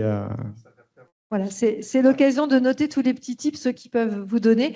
Moi, je vais me tourner à l'ensemble des experts et je vais laisser au fil de l'eau celui qui veut peut-être répondre en premier à cette question. De par l'expérience que vous avez tous, c'est quoi justement les angles morts? Ce que vous avez l'habitude de voir, parce que comme le dit Fabrice, on a beau savoir, c'est difficile d'anticiper, mais est-ce que vous, on peut d'ores et déjà dire, ou est-ce que vous avez des conseils sur tous ces angles morts, des petits peut-être à penser, des clignotants à mettre pour les repreneurs? Oui, Romain. Oui, donc du coup, les angles morts à regarder quand on reprend une entreprise, au-delà des chiffres, des bilans, etc., ça va être tout ce qui est... moi, je conseille souvent de faire un audit social, fiscal et commercial. En gros, c'est simplement voir un peu la santé de l'entreprise, non pas au travers des chiffres, mais au travers de l'humain, parce qu'aujourd'hui, tout à l'heure, on parlait de l'humain, mais l'humain, ça coûte cher. C'est, je pense, la complication première de bon nombre de chefs d'entreprise.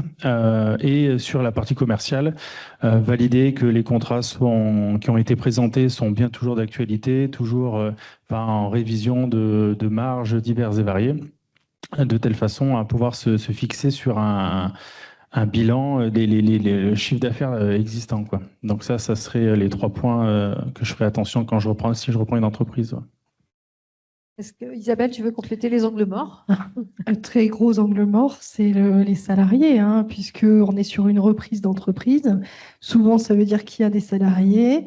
À moins d'avoir été employeur avant, c'est une découverte. Donc, ça peut être vraiment le point le plus difficile parce qu'il faut arriver à se positionner en tant que chef d'entreprise, en tant que dirigeant, mais aussi en tant qu'employeur. Et donc, toutes ces casquettes d'un seul coup, ça fait beaucoup. Donc, si vous pouvez y aller par étapes, c'est bien aussi.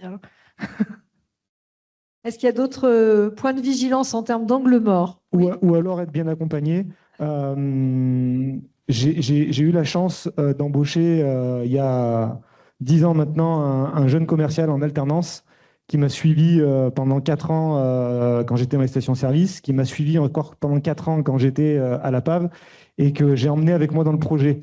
Et je dois dire que dans la partie reprise et dans les premiers mois, on a tellement de choses à piloter que je lui ai délégué toute la partie commerciale et ça m'a beaucoup soulagé et ça m'a beaucoup apporté. Et ce qui m'a fait aussi moins m'inquiéter par rapport à tout ce qui s'est passé, c'est que je savais que lui était garant du business et que tant qu'il faisait le business et que le chiffre rentrait, je pouvais gérer. Et ça, c'est hyper important. C'est un petit conseil. Dorian, je crois, il veut réagir également, mais on revient. Je ne vais pas rebondir sur les angles morts, ils ont tous été évoqués, mais les conséquences de ces angles morts, c'est que le chef d'entreprise, post-reprise, est souvent né dans le guidon et oublie parfois qu'il doit être aussi le pilote.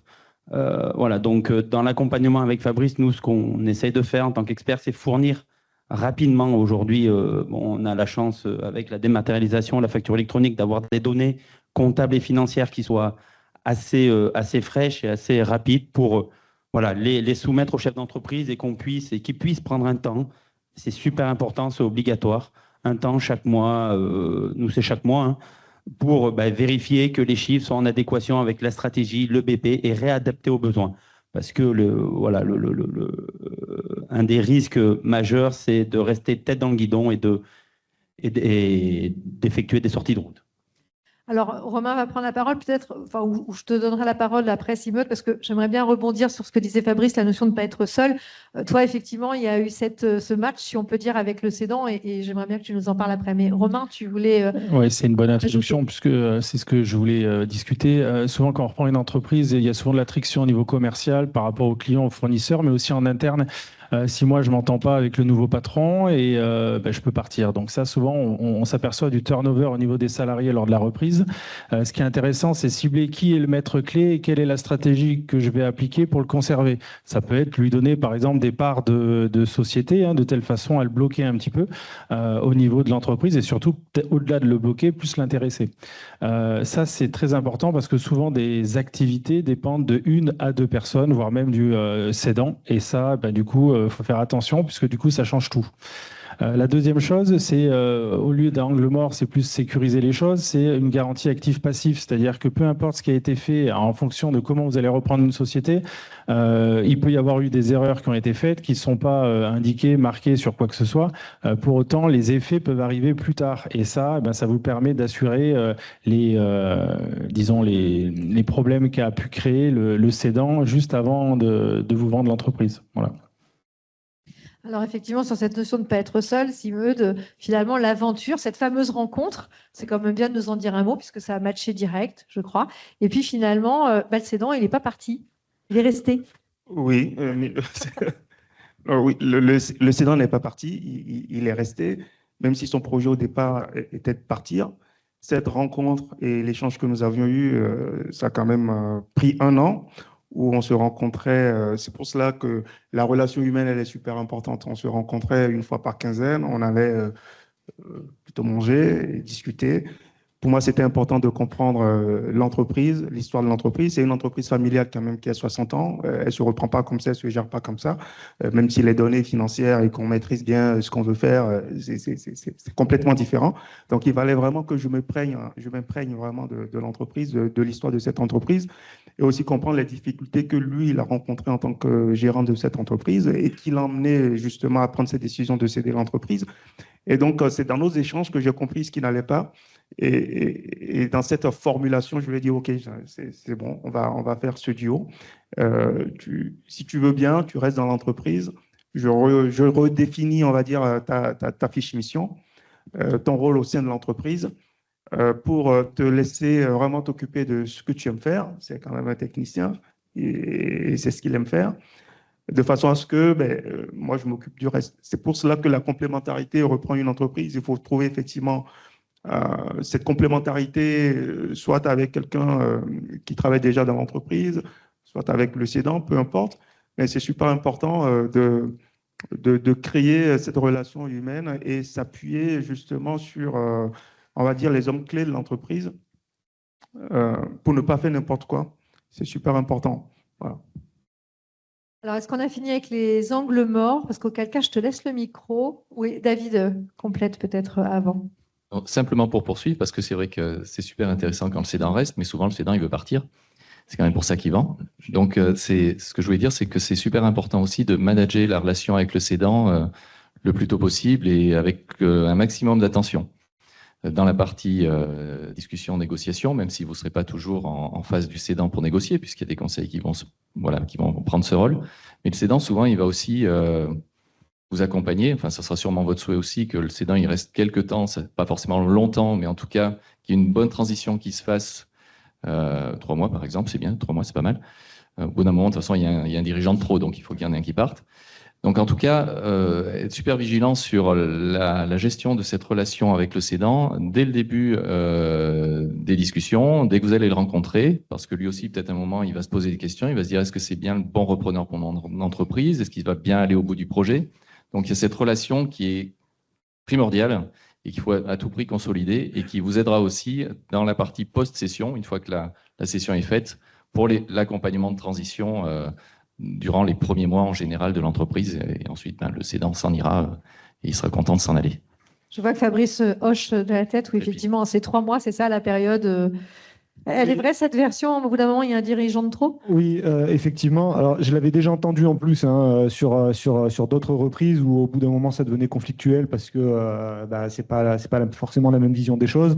Et nous, on avait fait le choix de faire 3 mois à raison de 2 jours par semaine. Et c'était très bien. Donc, ça s'est bien passé comme ça, mais il n'aurait pas fallu plus, effectivement. Bon, à chacun, j'imagine, sa formule également. Au moins, Erika, sur ce sujet-là, toi, tu n'as pas été embêtée. Il n'y avait pas de cédant, donc c'était réglé. Alors, on va basculer sur le volet humain parce qu'en fait, on en parle déjà depuis tout à l'heure et que finalement, s'il y a bien quelque chose de transversal, c'est bien les hommes et les femmes qui sont dans l'entreprise. Chacun d'entre vous avait eu aussi des approches différentes. Alors déjà, la première, c'est celle quand on reprend l'entreprise, de l'annoncer, de se présenter. Alors, Simone, moi, je voudrais partir de ton histoire parce qu'elle est quand même assez particulière.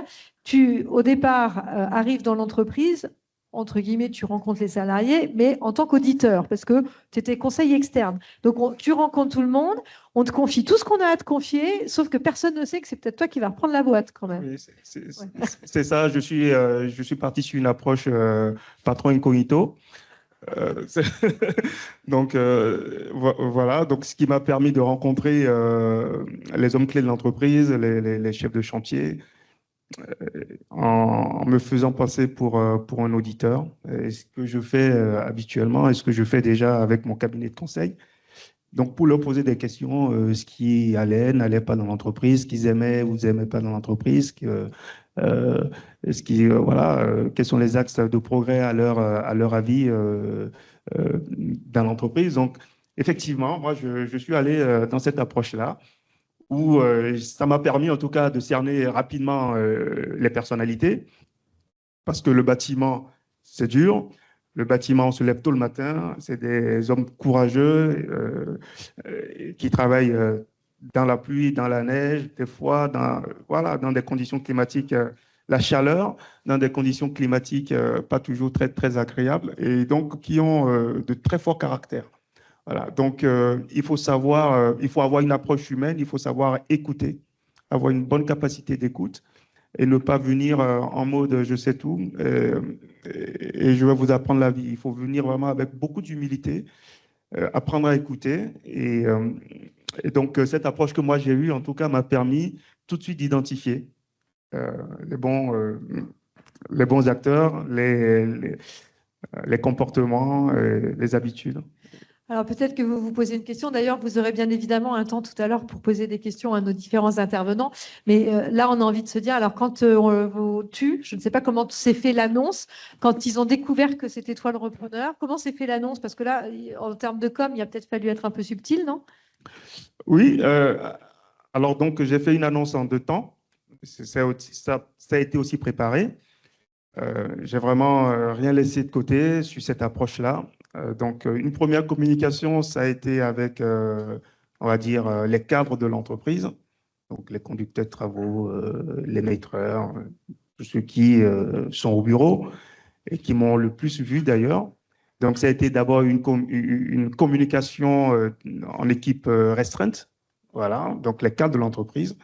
Même si on savait qu'une fois que ça leur a été annoncé, tout le personnel serait au courant. Ce n'était pas grave en soi, c'était même voulu, de façon à ce qu'ils aillent déjà communiquer cela. Donc l'annonce s'est faite dans un premier temps avec les chefs, et dans un deuxième temps, dans la même semaine, on n'a pas laissé, c'est le mercredi, puis le vendredi, par exemple. Voilà. Enfin, avec la théorie de la fuite au passage, quand même. Pardon? Avec la théorie de la fuite au passage, sachant que ça allait déjà préparer le terrain. Voilà. Et donc, accompagner, c'est un moment de convivialité. À ce moment-là, il faut, rassurer les salariés sur le fait, voilà, on ne vient pas tout casser, on vient justement pour améliorer, parce qu'il y a beaucoup d'appréhension aussi des salariés, du repreneur, mais aussi des salariés. Donc, il faut les rassurer. Et puis, il faut répondre à leurs questions, à leurs préoccupations. Là, vous passez aussi un test. Voilà. Qu'est-ce que vous voulez faire? C'est quoi la vision de l'entreprise? Où vous voulez l'emmener? Etc., etc. Et après avoir répondu à toutes ces questions, après avoir rassuré le personnel, on passe à un moment agréable où on se prend un verre et puis on en profite pour discuter aussi avec les collaborateurs. Et dans la foulée, évidemment, des entretiens individuels, des rencontres avec le reste du personnel pour toujours apprendre à les connaître. Il est souvent questionné, le repreneur. Alors, je vois qu'Erika, tu as effectivement le micro. Toi aussi, de ton côté, le volet humain, parce que donc on a bien compris qu'il y avait eu un temps de latence et que du coup, le personnel, entre-temps, a peut-être pris un petit peu des habitudes. Alors, comment ça s'est passé? Comment tu as pu gérer, toi, le volet humain? Oui, sur une reprise d'entreprise, c'est ça, on reprend tout le personnel existant. Enfin, c'est en tout cas l'obligation. Et c'est vrai qu'on se dit qu'on ne les choisit pas. Enfin, eux, ils se disent bien qu'ils ne nous choisissent pas non plus. Ils nous font bien comprendre quand même en arrivant. Alors pour moi, en plus, une difficulté n'étant pas experte dans leur domaine, donc très attendue quand même voilà, au passage. Et donc effectivement, beaucoup d'humilité, beaucoup d'écoute, des entretiens, parce que effectivement, ils n'ont pas du tout envie de perdre ce qu'ils ont pu acquérir. Que voilà, ils ont beaucoup d'attentes pour pas que ça modifie beaucoup leur quotidien. Et donc, j'ai fait le choix voilà, de laisser du temps, de l'écoute, de faire des concessions aussi sur certaines choses qu'elles m'ont demandées. J'ai été très attendue aussi sur le volet rémunération, hein. Quand est-ce que je suis augmentée? Tout de suite. Donc, aussi, quand on reprend, on a un business plan en tête et j'aurais dit, voilà, laissez-moi un petit peu de temps pour que je puisse appréhender les choses. Mais j'entends, c'est vraiment je pense qu'on peut tous avoir voilà, les mêmes, hein. Je pense vraiment que ça, c'est une vraie volonté. Et donc, c'est de partager la vision. Donc oui, si on réussit, si je réussis, vous réussirez. On réussira tous ensemble. Donc voilà, faites-moi confiance, on refait un point. En tout cas, ne pas lâcher ça. J'en étais à deux doigts de me dire, il va falloir que je fasse des réunions CSE un peu. Enfin, j'avais pas de CSE, mais je me suis dit peut-être qu'il faut que je mette un temps d'écoute. Ouais, j'ai vraiment eu beaucoup cette difficulté au début. Et puis finalement, ce qui est ma plus grande fierté, c'est que sur mon équipe d'Aubière, j'ai beaucoup d'ancienneté. Ma responsable institut a 25 ans d'ancienneté. J'ai 2 formatrices qui ont 10 ans d'ancienneté. Et en fait, ce qui a été ma plus grande difficulté au début est devenu ma plus grande force, puisque j'ai réussi à réembarquer des collaboratrices avec beaucoup d'expérience, d'expertise. Et donc, voilà, aujourd'hui, forcément, c'est une force. Mais ça a nécessité quand même le départ d'une. C'est vrai qu'à un moment donné, voilà, il y a des décisions difficiles qui tombent et du courage managérial, il en faut. Alors, c'est vrai que moi, j'ai toujours eu cette casquette RH et donc je l'ai toujours fait. Mais voilà, quand ça va pas et qu'on n'est pas dans la ligne de conduite, il faut s'en séparer pour avancer. Et donc, voilà, c'est pas les moments les plus faciles, mais il faut le faire. Et donc, j'ai eu deuxième reprise, rebelote. Et donc une séparation, voilà, 4 mois après. La première, c'était pareil, c'était 4 mois après. Donc je pense, voilà, c'est que quand on est au début dedans, enfin moi pour le deuxième, je me rappelais pas à quel point c'était dur. Et là, ça y est, j'ai passé le cap. Finalement, 6 mois, je me dis donc c'est à peu près ça. Il faut bien 6 mois, voilà, difficile. C'est rien 6 mois après dans la vie de l'entreprise, mais ça paraît un peu long quand même. On va préparer pour la 3e reprise. Alors, exactement, le calendrier est déjà fait. Et Fabrice, quant à toi, alors le volet humain, comment ça s'est passé? Eh ben, je dirais un peu comme les autres. Alors, je l'avais fait déjà dans toutes les entreprises où j'étais passé avant. J'avais toujours eu à cœur que dès que je rentrais dans l'entreprise, je prenais tout le monde en entretien individuel pour échanger, pour faire comme Simone l'a dit, rencontrer tout le monde et connaître les attentes des uns et des autres. C'est obligatoire. Il faut rencontrer les gens, il faut échanger avec eux, il faut apprendre à les connaître et il faut que nous, on donne notre cap, ce qu'on veut faire de l'entreprise pour qu'ils puissent s'accrocher. Après, effectivement, voilà, moi, j'ai perdu une équipe qui a démissionné au bout de 3 mois. J'aurais très bien pu faire l'effort de les garder, mais non, parce que sinon, je rentrais dans un schéma qui aurait fait que tous les 3 mois, ils revenaient, et c'était sans fin. Donc, à un moment donné, j'ai préféré laisser partir, recruter, et même si ça m'a coûté 2 mois de non-production avec une équipe, je pense que c'est la meilleure chose pour après avancer. Ouais. Alors, je propose, on parle d'avancer justement, donc on a déjà plutôt pas mal avancé. Les 90 premiers jours d'un repreneur, comment ça se passe? On commence à avoir la tête dans le guidon, on en a parlé tout à l'heure. Est-ce qu'il y a des erreurs là, que vous avez fait, des choses que vous ne referiez pas? S'il y avait une priorité là, aux repreneurs qui nous écoutent, dans ces fameux 90 premiers jours, est-ce qu'il y a quelque chose qui vous semble important? Une priorité, soit que vous êtes content d'avoir mis en place, ou au contraire, avec du recul, vous dites, j'aurais peut-être dû commencer par là. Alors, lequel de vous trois, peut-être, Erika? La priorité, comme on vient de le dire, c'est l'humain. Moi, je pense que sans équipe embarquée, ça ne peut pas fonctionner. Et donc, mettre beaucoup de cœur à cette découverte, parce que voilà, ils nous connaissent pas. Pour initier tous les changements, il faut absolument qu'ils puissent comprendre où on va.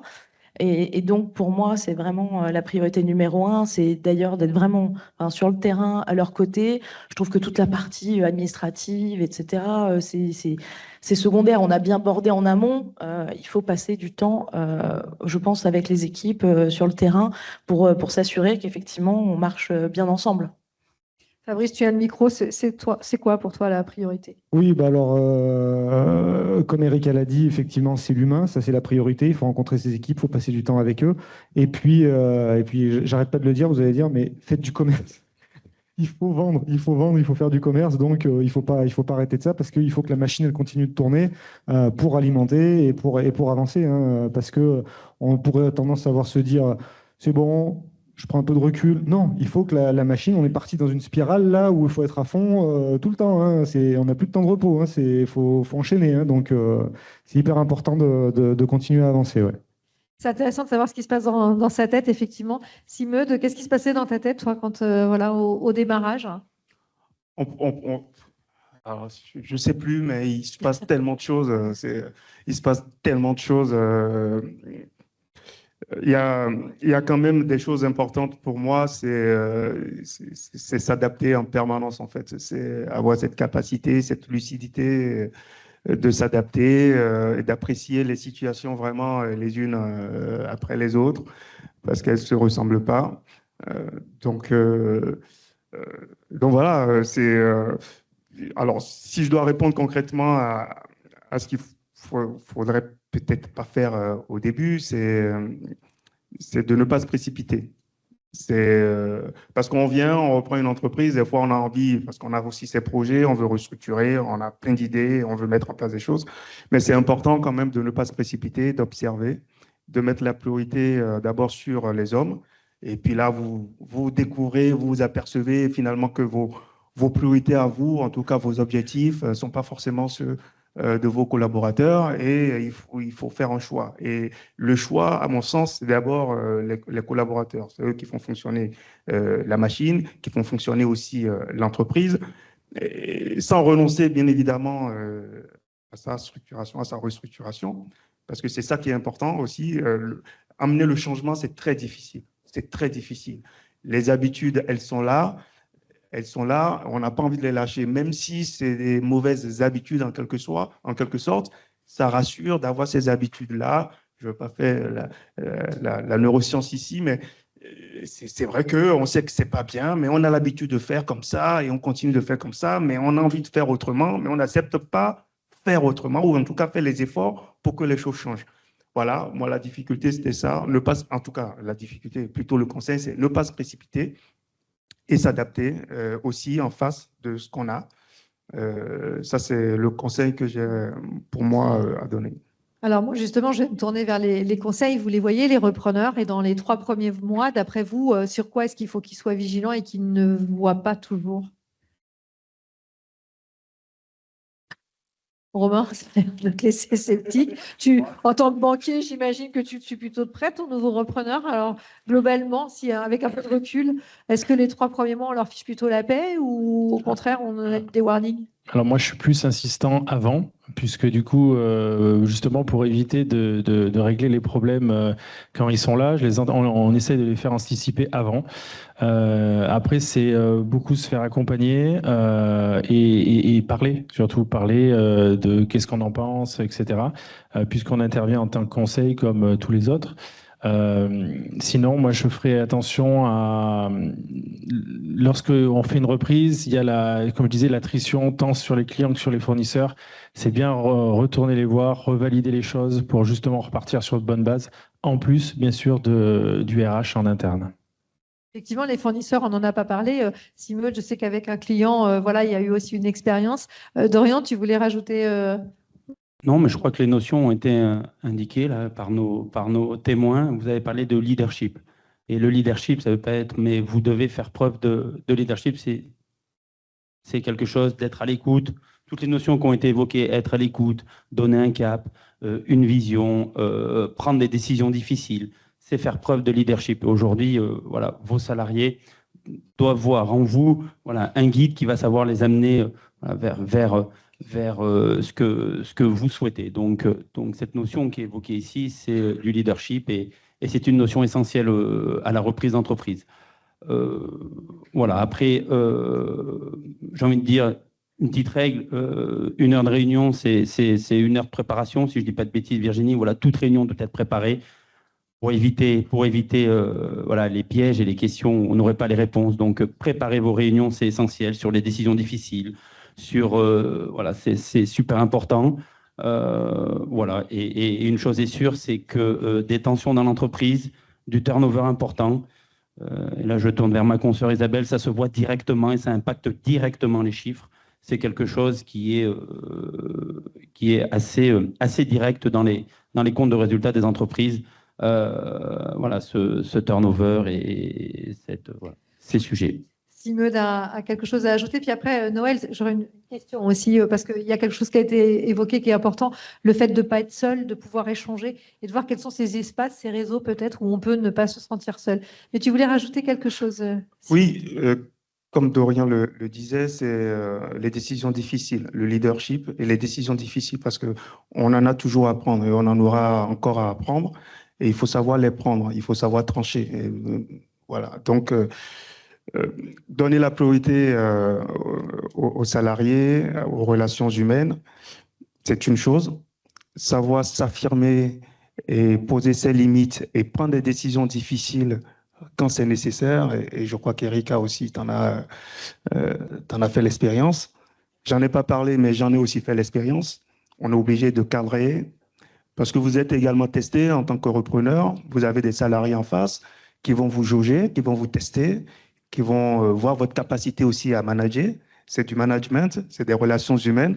D'abord, il faudrait que vous soyez OK avec vous-même, ce qui est déjà des fois difficile, d'être d'accord avec soi-même. Il faut que l'autre en face soit d'accord avec lui-même.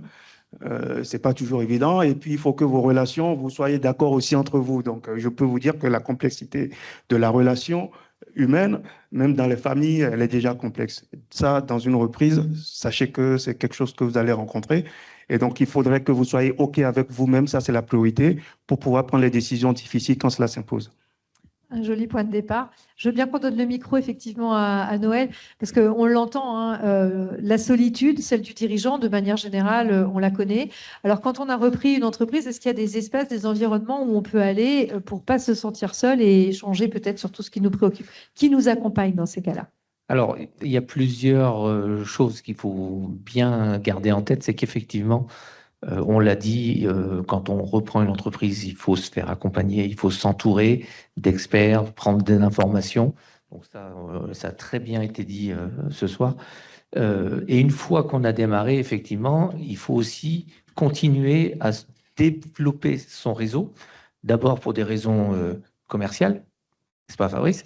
Et aussi pour pouvoir échanger et confronter les difficultés auxquelles vous allez être confrontés, parce que vous ne savez pas tout, vous arrivez dans un monde que vous découvrez. Et donc, l'idée, c'est de pouvoir échanger et être épaulé. Et pour ça, effectivement, il y a des réseaux de dirigeants qui existent. Alors, je vais sûrement en oublier, hein, mais il y a le groupement des créateurs d'entreprises, il y a des réseaux spécialisés, de type féminin, pour les femmes qui sont qui créent ou qui reprennent des entreprises. Et donc, intégrer ces réseaux, c'est vraiment un élément fondamental pour justement se dépatouiller dans le monde dans lequel vous allez vous développer. Et puis, il y a aussi des réseaux que vous avez peut-être entendu parler, mais qui sont plus justement pour du business. Donc, faites attention, il y a des réseaux. Bon, après, l'idée, c'est de les tester. Et puis, si vous n'êtes pas bien dans un réseau, si vous voyez que ça ne correspond pas à ce que vous attendez, vous changez. Mais il y a des réseaux qui sont plus faits pour échanger des expériences et puis et parler de ses difficultés. Et puis, il y a des réseaux qui sont plus faits pour les business. Je pense au BNI, je pense à Carbao, il y en a plusieurs. Et effectivement, ces réseaux-là, je pense que c'est très intéressant de les intégrer. Et puis, vous verrez, si jamais vous ne vous sentez pas à votre place, rien ne vous empêche d'en changer, mais au moins tester, parce que c'est fondamental. Oui, la question du réseau, c'est pas tant de savoir quel réseau, mais la raison pour laquelle on a besoin d'aller dans un réseau. Et effectivement, il y en a beaucoup. Donc ça, après, on peut en effet aiguiller en fonction du besoin qui peut être le vôtre. Et puis, il y a les réseaux de franchise, parce que Erika, je crois que c'est ton cas. Tu es notamment accompagnée. Et puis, il y a même des mentors qu'on peut avoir parfois. Je crois que tu as quelqu'un qui est important pour toi aussi. Un mentor, on n'y pense pas toujours. Oui, c'est ça. Alors forcément, mon franchiseur, je peux avoir des échanges avec lui sur son retour d'expérience.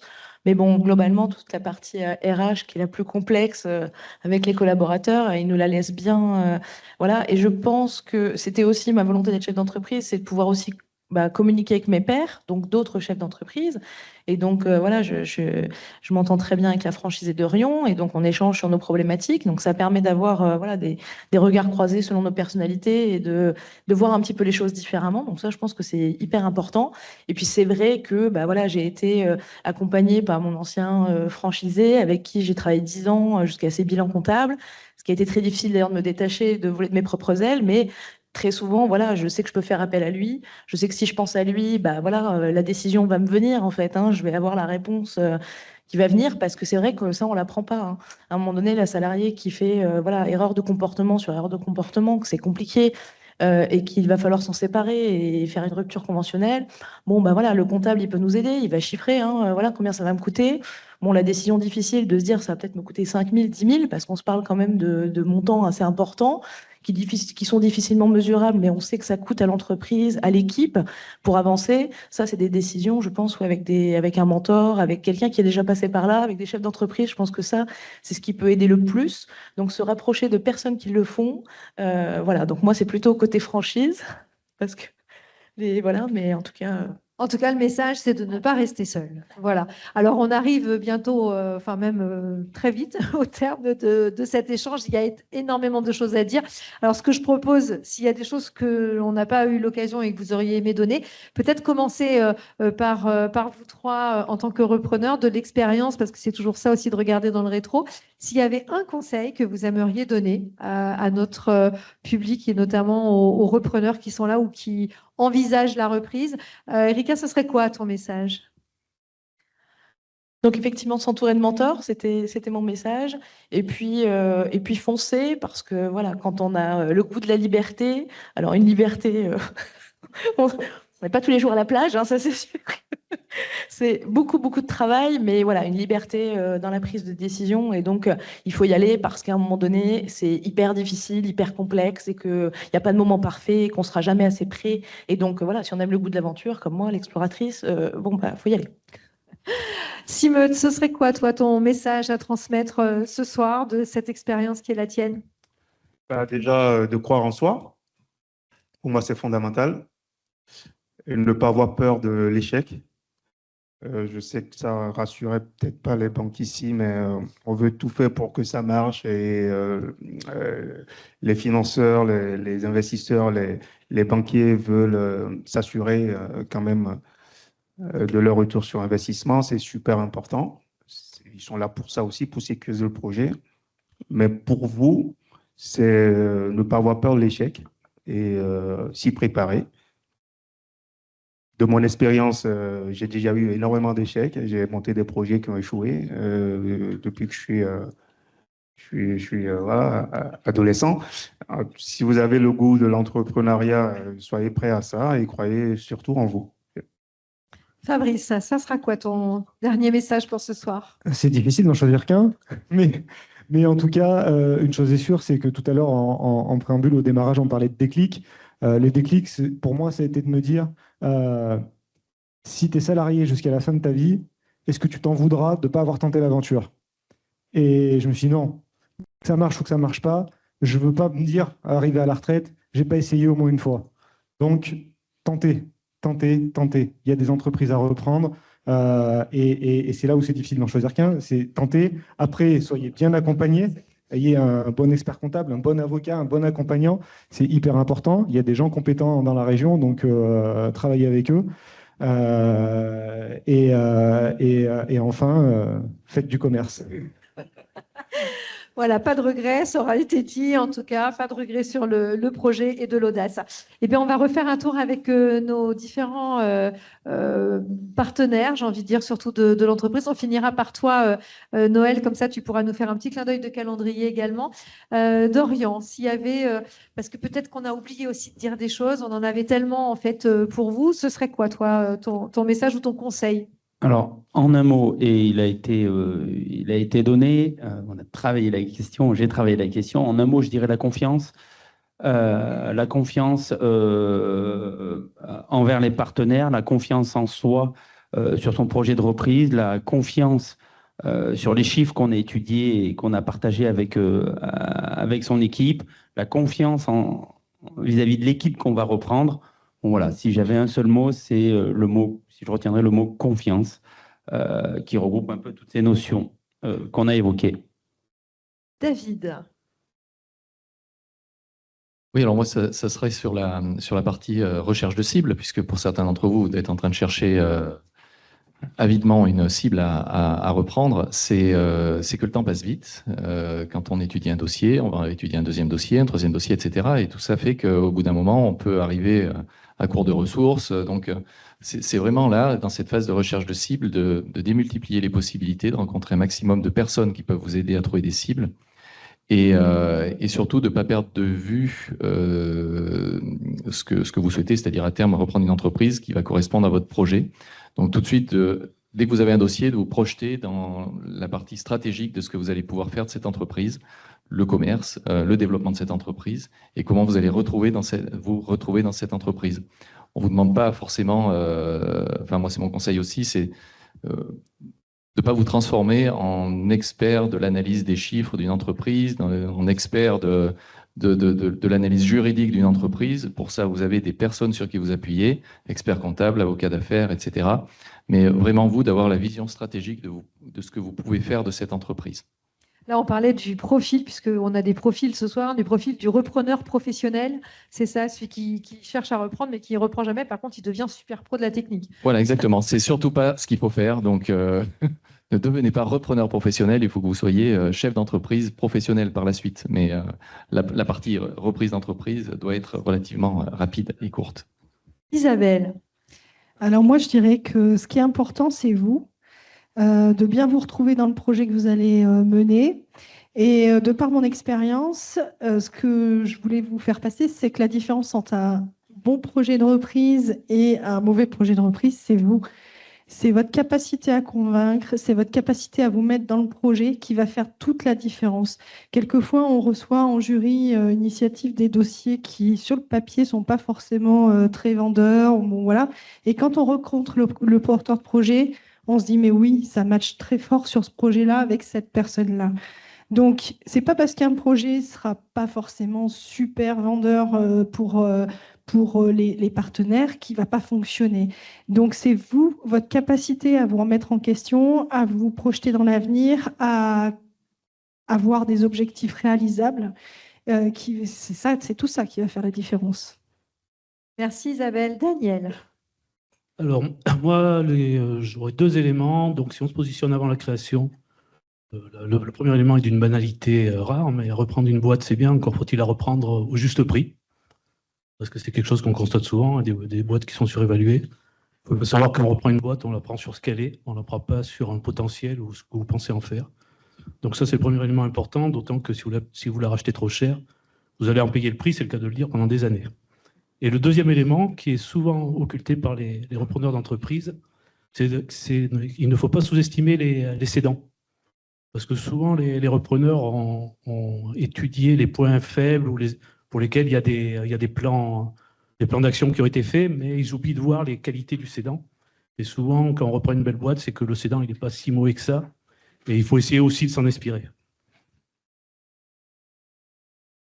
Il y aurait tellement de choses à dire. Je vais axer peut-être sur un truc qui est peut-être aussi banal, mais lorsque vous allez reprendre une entreprise, je pense qu'il peut être intéressant, c'est de se mettre à la place de vos futurs clients. Tout à l'heure, on entendait vendez, faites du commerce. Je pense que c'est important. Aujourd'hui, qu'est-ce que veulent vos futurs clients? Se mettre toujours à la place de vos futurs clients, les mettre au centre, quitte à les faire parler, parce qu'aujourd'hui, on se concentre souvent sur la solution qui va être proposée, vendue, mais pas sur les attentes, la vraie problématique. Et c'est ce qui fait des fois la différenciation entre une entreprise et une autre. Donc du coup, pour lorsqu'on reprend une entreprise et pour essayer de la développer, d'exploiter au maximum son potentiel, ça peut être intéressant de faire cette démarche-là. Alors Noël, on va finir avec les conseils qui sont les tiens, puis ensuite, pour clore, on parlera calendrier. Alors, plus une attitude qu'un conseil, en fait, puisque ça a été un petit peu tout ce qui a été dit ce soir, c'est aussi bien avant la reprise, pendant cette phase de recherche, que après la reprise avec tous les aléas dont vous nous avez parlé. Le maître mot, je crois que pour un repreneur, c'est la persévérance. Et il vous faut cette qualité pour pouvoir arriver à reprendre efficacement une entreprise. On a vu, il en faut beaucoup des qualités. Il faut des sacrés profils, hein, de la patience, de la persévérance, voilà, savoir improviser également. Alors, on arrive au terme, mais bien sûr, la question maintenant, enfin, les questions vont être de votre côté, parce que j'imagine que peut-être il y a des choses auxquelles on n'a pas répondu. Le sujet étant tellement vaste, il y a peut-être des zones encore un peu dans l'ombre, donc on va être là, bien évidemment, pour y répondre. Peut-être avant, est-ce que tu peux nous dire, Noël, en termes d'agenda, il y a d'autres temps, bien évidemment, pour vous. Alors, quels sont-ils? On en profite justement pour annoncer nos futurs événements.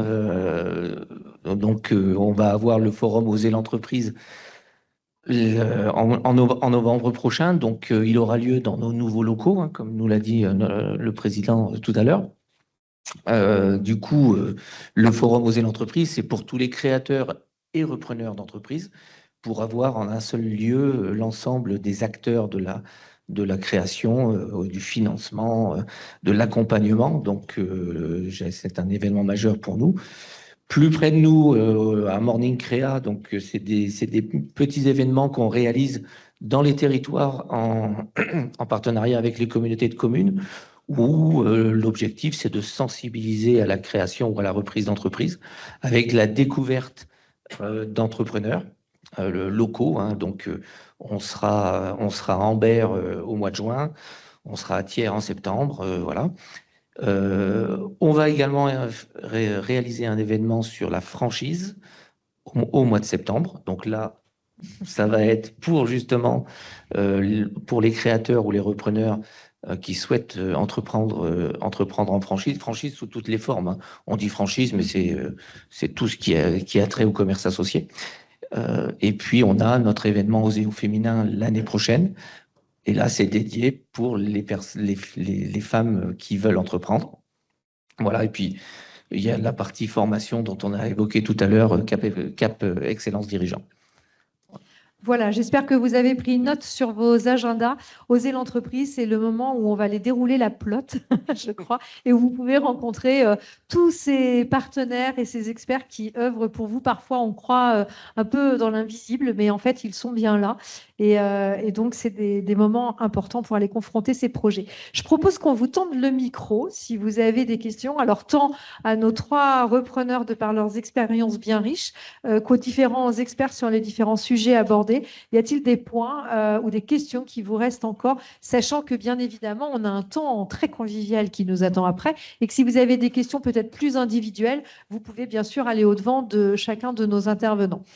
Oui, alors je vois que nous avons des questions. Nous allons démarrer par la première. Noël, si tu veux bien peut-être donner le micro, parce qu'effectivement, j'en profite pour dire que cette table ronde est enregistrée. Vous pourrez d'ailleurs la retrouver.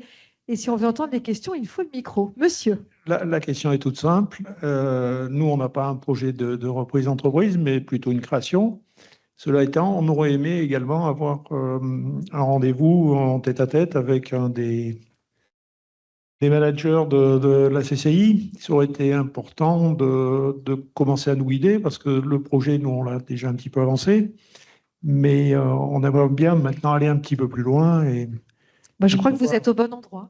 Il me semble, hein, il me semble. Donc, ça ne va pas être compliqué pour pouvoir prendre rendez-vous. Voilà. Donc, voilà, parce on attend un rendez-vous. Voilà. Noël s'occupe de reprise, mais de création aussi. Donc, voilà. Donc, d'autant plus pour sortir l'agenda. Nous avons une question également un petit peu plus haut. Il va falloir peut-être monter les marches, Noël. Oui, on aurait pu le faire passer aussi.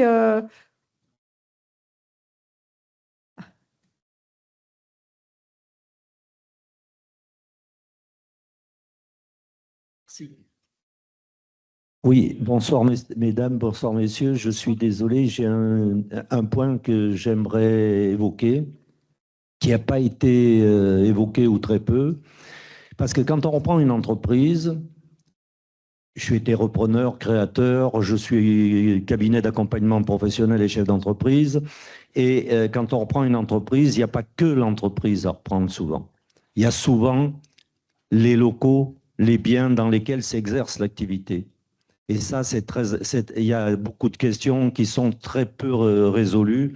Et moi, je pars du principe, je dis, et pour cela, l'idéal, c'est une SCI mais surtout ne pas la faire opter à l'impôt sur les sociétés comme c'est préconisé tous les jours. La législation permet d'autres solutions bien plus intéressantes. Deuxième sujet, je m'adresse aux financeurs. J'accompagne des chefs d'entreprise, experts, scientifiques qui développent des brevets de la toute première importance, qui ont besoin de capitaux pour franchir une marche, pour qu'après les banques, BPI en tête, puissent les accompagner. Est-ce qu'il y a parmi les personnes présentes des investisseurs ou des gens qui pourraient nous aider à trouver les capitaux en question? Merci. Merci. Alors, est-ce que si on recherche, y a-t-il des organismes en particulier? On a évoqué des business angels, je crois, à un moment donné. Est-ce qu'il y a d'autres? Oui, Daniel, le micro, c'est le Romain qui l'a, il est à côté. Oui, alors, comme ça, c'est difficile à dire, puisque capitaux, enfin, c'est aussi une question de montant, quoi, hein. Si c'est 20 000 euros, ça peut se trouver. Si c'est 20 millions, c'est plus compliqué, quoi. Après, il existe effectivement les business angels, il existe les plateformes d'initiative locale, dont nous à Clermont sur l'innovation, où on peut apporter du financement.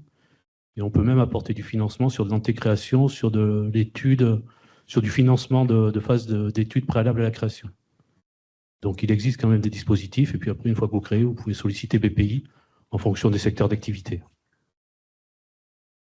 Dorian, je crois que tu as un élément de réponse également. Non, ma règle d'or, je ne donne pas mon micro. Non, je ne donne pas mon micro. Alors oui, c'est pour répondre sur la question de la SCI. Je pense que je devais parler de techniques fiscales et de l'usufruit. Donc non, peut-être de l'usufruit temporaire, vivre à l'IS et mourir à l'IR. Donc là, on est sur de la technique et sur de l'ingénierie patrimoniale. Bon, je ne pense pas que c'était le thème de la soirée. Après, ces questions de locaux arrivent dans un deuxième temps. Généralement, je regarde avec le partenaire bancaire, ils nous disent d'abord sécuriser l'exploitation et derrière, on verra pour un financement des locaux. Aujourd'hui, on a du mal à financer l'intégralité des opérations au démarrage du projet. Après, sur la question de l'IR ou de l'IS, bon, on est au point et bon, les avocats ne sont pas là, mais sur ce sujet d'usufruit temporaire, bon, on est opérationnel pour essayer d'optimiser, bien évidemment, la reprise d'entreprise. Ça fait aussi partie de nos conseils qu'on peut prodiguer à nos repreneurs. Merci. Effectivement, il y a forcément plein de sujets très pointus sur lesquels nous n'avons pas pu intervenir. Ce qui est important aussi, c'est d'identifier les interlocuteurs. Alors effectivement, les avocats ne sont malheureusement pas présents parce qu'à un moment donné, on pouvait... Voilà, on ne passait plus exactement. En revanche, ils sont présents, je crois, dans la salle. Et bien évidemment, c'est un réseau de partenaires, donc on pourra répondre. Il y a une autre question et il y en a une autre ici aussi. J'ai noté, monsieur. Merci beaucoup pour vos interventions. Moi, j'ai un projet ici en Auvergne-Rhône-Alpes de reprise d'une entreprise dans le secteur de la métallurgie. Ma question, en fait, c'est... La métallurgie, c'est l'industrie éventuellement un peu lourde, qui pollue un petit peu, ou voire beaucoup, qui a plutôt tendance à délocaliser, etc., etc. Est-ce que vous pensez, parce que c'est quand même un berceau, il y a toute une histoire en Auvergne-Rhône-Alpes autour de la métallurgie, est-ce que vous pensez malgré tout qu'il y a de l'avenir dans ce secteur ici? C'est une grande question. Qui veut répondre, Romain? Alors, pour gérer pas mal le bassin thiernois, je présume que c'est celui dont on parle. Il y aura encore de l'avenir pour l'industrie métallurgique. Je pense que même à terme, on va les conserver de plus en plus. Après, oui, ça pollue, mais malheureusement, on a aussi besoin de ces services. Car faire venir, par exemple, du métal de Chine, je ne suis pas sûr que ce soit bien plus écolo. Donc, du coup, je pense qu'il y a une volonté territoriale et peut-être même politique de conserver nos dernières industries. Alors, nous avons une autre question, monsieur. Merci beaucoup. Merci pour toutes les informations. Du coup, je suis sur un projet de reprise sur le bassin d'Ambert. Une question sur la valorisation. Première question, en fait. Est-ce qu'à un moment donné, la négociation sur la valorisation, on doit laisser nos experts comptables ou juristes prendre le relais là-dessus, en ayant bien sûr un garde-fou? Et si jamais ces personnes-là ne s'entendent pas, comment gérer un peu la situation? Nous, on a souvent des problématiques confrontées justement à ces valorisations d'entreprise, hein, parce que souvent, c'est un bébé qu'on vend hein, lorsqu'on est cédant. Je pense que ce qui a été dit et ce que je partage à 600%, voire même plus, c'est qu'on n'achète pas une entreprise sur un potentiel d'avenir ou sur le fait d'un attachement au cœur. On l'achète sur des chiffres. Il y a plusieurs types de valorisation. Donc aujourd'hui, il y a plein de professionnels qui peuvent vous valoriser selon plusieurs méthodes. Après, j'ai envie de vous dire, la seule vraie valorisation, c'est comme sur le Bon Coin, c'est au prix où ça part. C'est-à-dire qu'on peut avoir des valorisations d'entreprise très chères. S'il n'y a personne en face, c'est dommage. Moi, je pense qu'aujourd'hui, il y a des entreprises qui sont valorisées fortement, mais qui sont, c'est justifié. Alors, ce n'est pas à la portée de tout le monde, mais il existe plein de solutions au travers de montages juridiques, peut-être d'accompagnement, de crédits vendeurs divers et variés, ou même de fonds qui s'intègrent directement à votre projet pendant un temps. Alors, tout à l'heure, on entendait les business angels, mais quand c'est des montants un peu plus élevés, notamment dans l'industrie, ça peut être aussi des fonds un peu plus élevés qui rentrent au capital de votre structure pour justement faire en sorte que l'entreprise reste sur le territoire et ne soit pas détenue après par soit des groupes chinois, américains ou autres. Donc, il existe plein de solutions. Alors après, sur la valorisation, c'est l'offre et la demande. Hein. On peut en demander ce qu'on en veut. S'il n'y a personne en face, c'est dommage. Je crois que David a un complément d'information également. Ben oui, c'était, Romain l'a évoqué en partie, c'était pour parler effectivement de système de possibilité de se retrouver sur un prix. Je pense à des compléments de prix, par exemple, qui va être, vous aurez un prix fixe à un moment donné en tant qu'acheteur, et puis le reste arrivera plus tard pour le cédant. Si la performance est là, si tout se passe comme prévu, selon des critères qui sont préétablis au moment de la cession. Donc il y a des systèmes, si on n'est pas trop loin, je veux dire, en termes de valorisation entre vendeurs et acheteurs, on peut se retrouver à travers des choses comme ça. Si on est manifestement trop loin, c'est qu'il y a quand même un problème de valo qui a été faite au niveau du vendeur, donc une survalorisation, ou alors au niveau de l'acheteur, une incapacité à atteindre une valeur approchante de l'entreprise. Y a-t-il une dernière question peut-être? Oui, monsieur.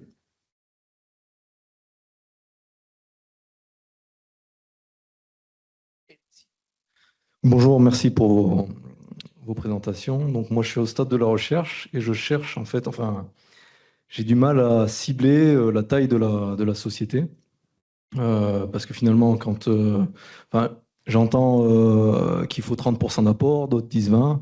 On a parlé de 10%, donc quel est vraiment le montant de l'apport? J'entends aussi qu'il y a les business angels qui peuvent venir diminuer du coup l'apport.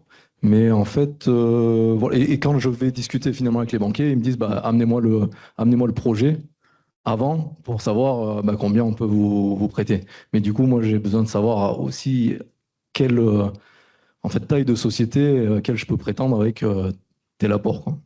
Alors, il y a une règle qui n'est pas toujours dite, mais c'est vrai que la règle des apports, c'est une vingtaine de %. Ça, c'est la règle officielle. Après, il y a beaucoup d'exceptions. Tout à l'heure, monsieur disait sans apport, 10%. J'ai envie de vous dire, c'est propre au projet. Si je vous demande 20% de 1 million d'euros, ce n'est pas ouvert à tout le monde. Pour autant, 10%, ça peut suffire. Le but, c'est ce qu'on disait tout à l'heure, c'était quel message on envoie dans l'implication à titre personnel. D'accord? Parce qu'aujourd'hui, on va prendre des risques sur votre reprise d'entreprise, mais on veut aussi que vous soyez à côté de nous au niveau des risques, même si on ne parle pas de la majorité. Après, je pense que si vous avez le bon profil et que l'entreprise est bonne en face, on trouvera les fonds. Je m'explique. Imaginons, j'ai un très bon profil. Moi, j'en fais régulièrement des reprises. J'en accompagne pas mal. Soit on fait intégrer des fonds, soit il y a des associés qui veulent rentrer, soit le patron peut garder des billes. Il existe plein de possibilités pour faire en sorte que le projet soit baisse en montant, soit qu'on trouve cette valorisation d'une vingtaine de %, même si c'est moins. On a des plateformes, on a des réseaux Entreprendre qui va pouvoir vous aider au travers de Réseau Entreprendre, mais aussi Clairement Initiative, au travers de prêts d'honneur. Il va y avoir plein de possibilités. Il ne faut pas se cantonner, je pense, à cet apport et plus regarder la cohérence profil d'entreprise. C'est mon avis. Après, on trouvera les fonds, si c'est cohérent. Oui, il y a le crédit vendeur, par exemple, c'est quelque chose qui est assez bien perçu par tous les financeurs et enfin, ça montre la confiance que le cédant vous fait. Y a-t-il d'autres questions avant que nous clôturions? Alors, comme je vous le disais, hein, bien sûr, nous sommes encore à votre disposition pendant tout le temps de convivialité qui nous attend, si vous avez des questions peut-être plus personnelles. Non, eh bien écoutez, je vous propose d'applaudir et peut-être d'abord de vous applaudir d'être venu parce que c'est important quand on est dans une démarche déjà, en effet, de participer à des événements comme ceux-là qui sont un premier point de départ. Ici, on a parlé de déclic tout à l'heure, peut-être que nous en avons fait naître, on espère. Et puis un grand merci, bien sûr, à nos repreneurs et à nos intervenants experts qui vous ont, j'espère, bien éclairé ce soir. Donc, on peut les applaudir également bien fort. Merci à vous tous de vos témoignages. Il me reste à vous souhaiter une belle fin de soirée et je crois que voilà, nous ne sommes pas très très loin, en effet, du cocktail qui vous attend à la sortie de la salle. Merci beaucoup.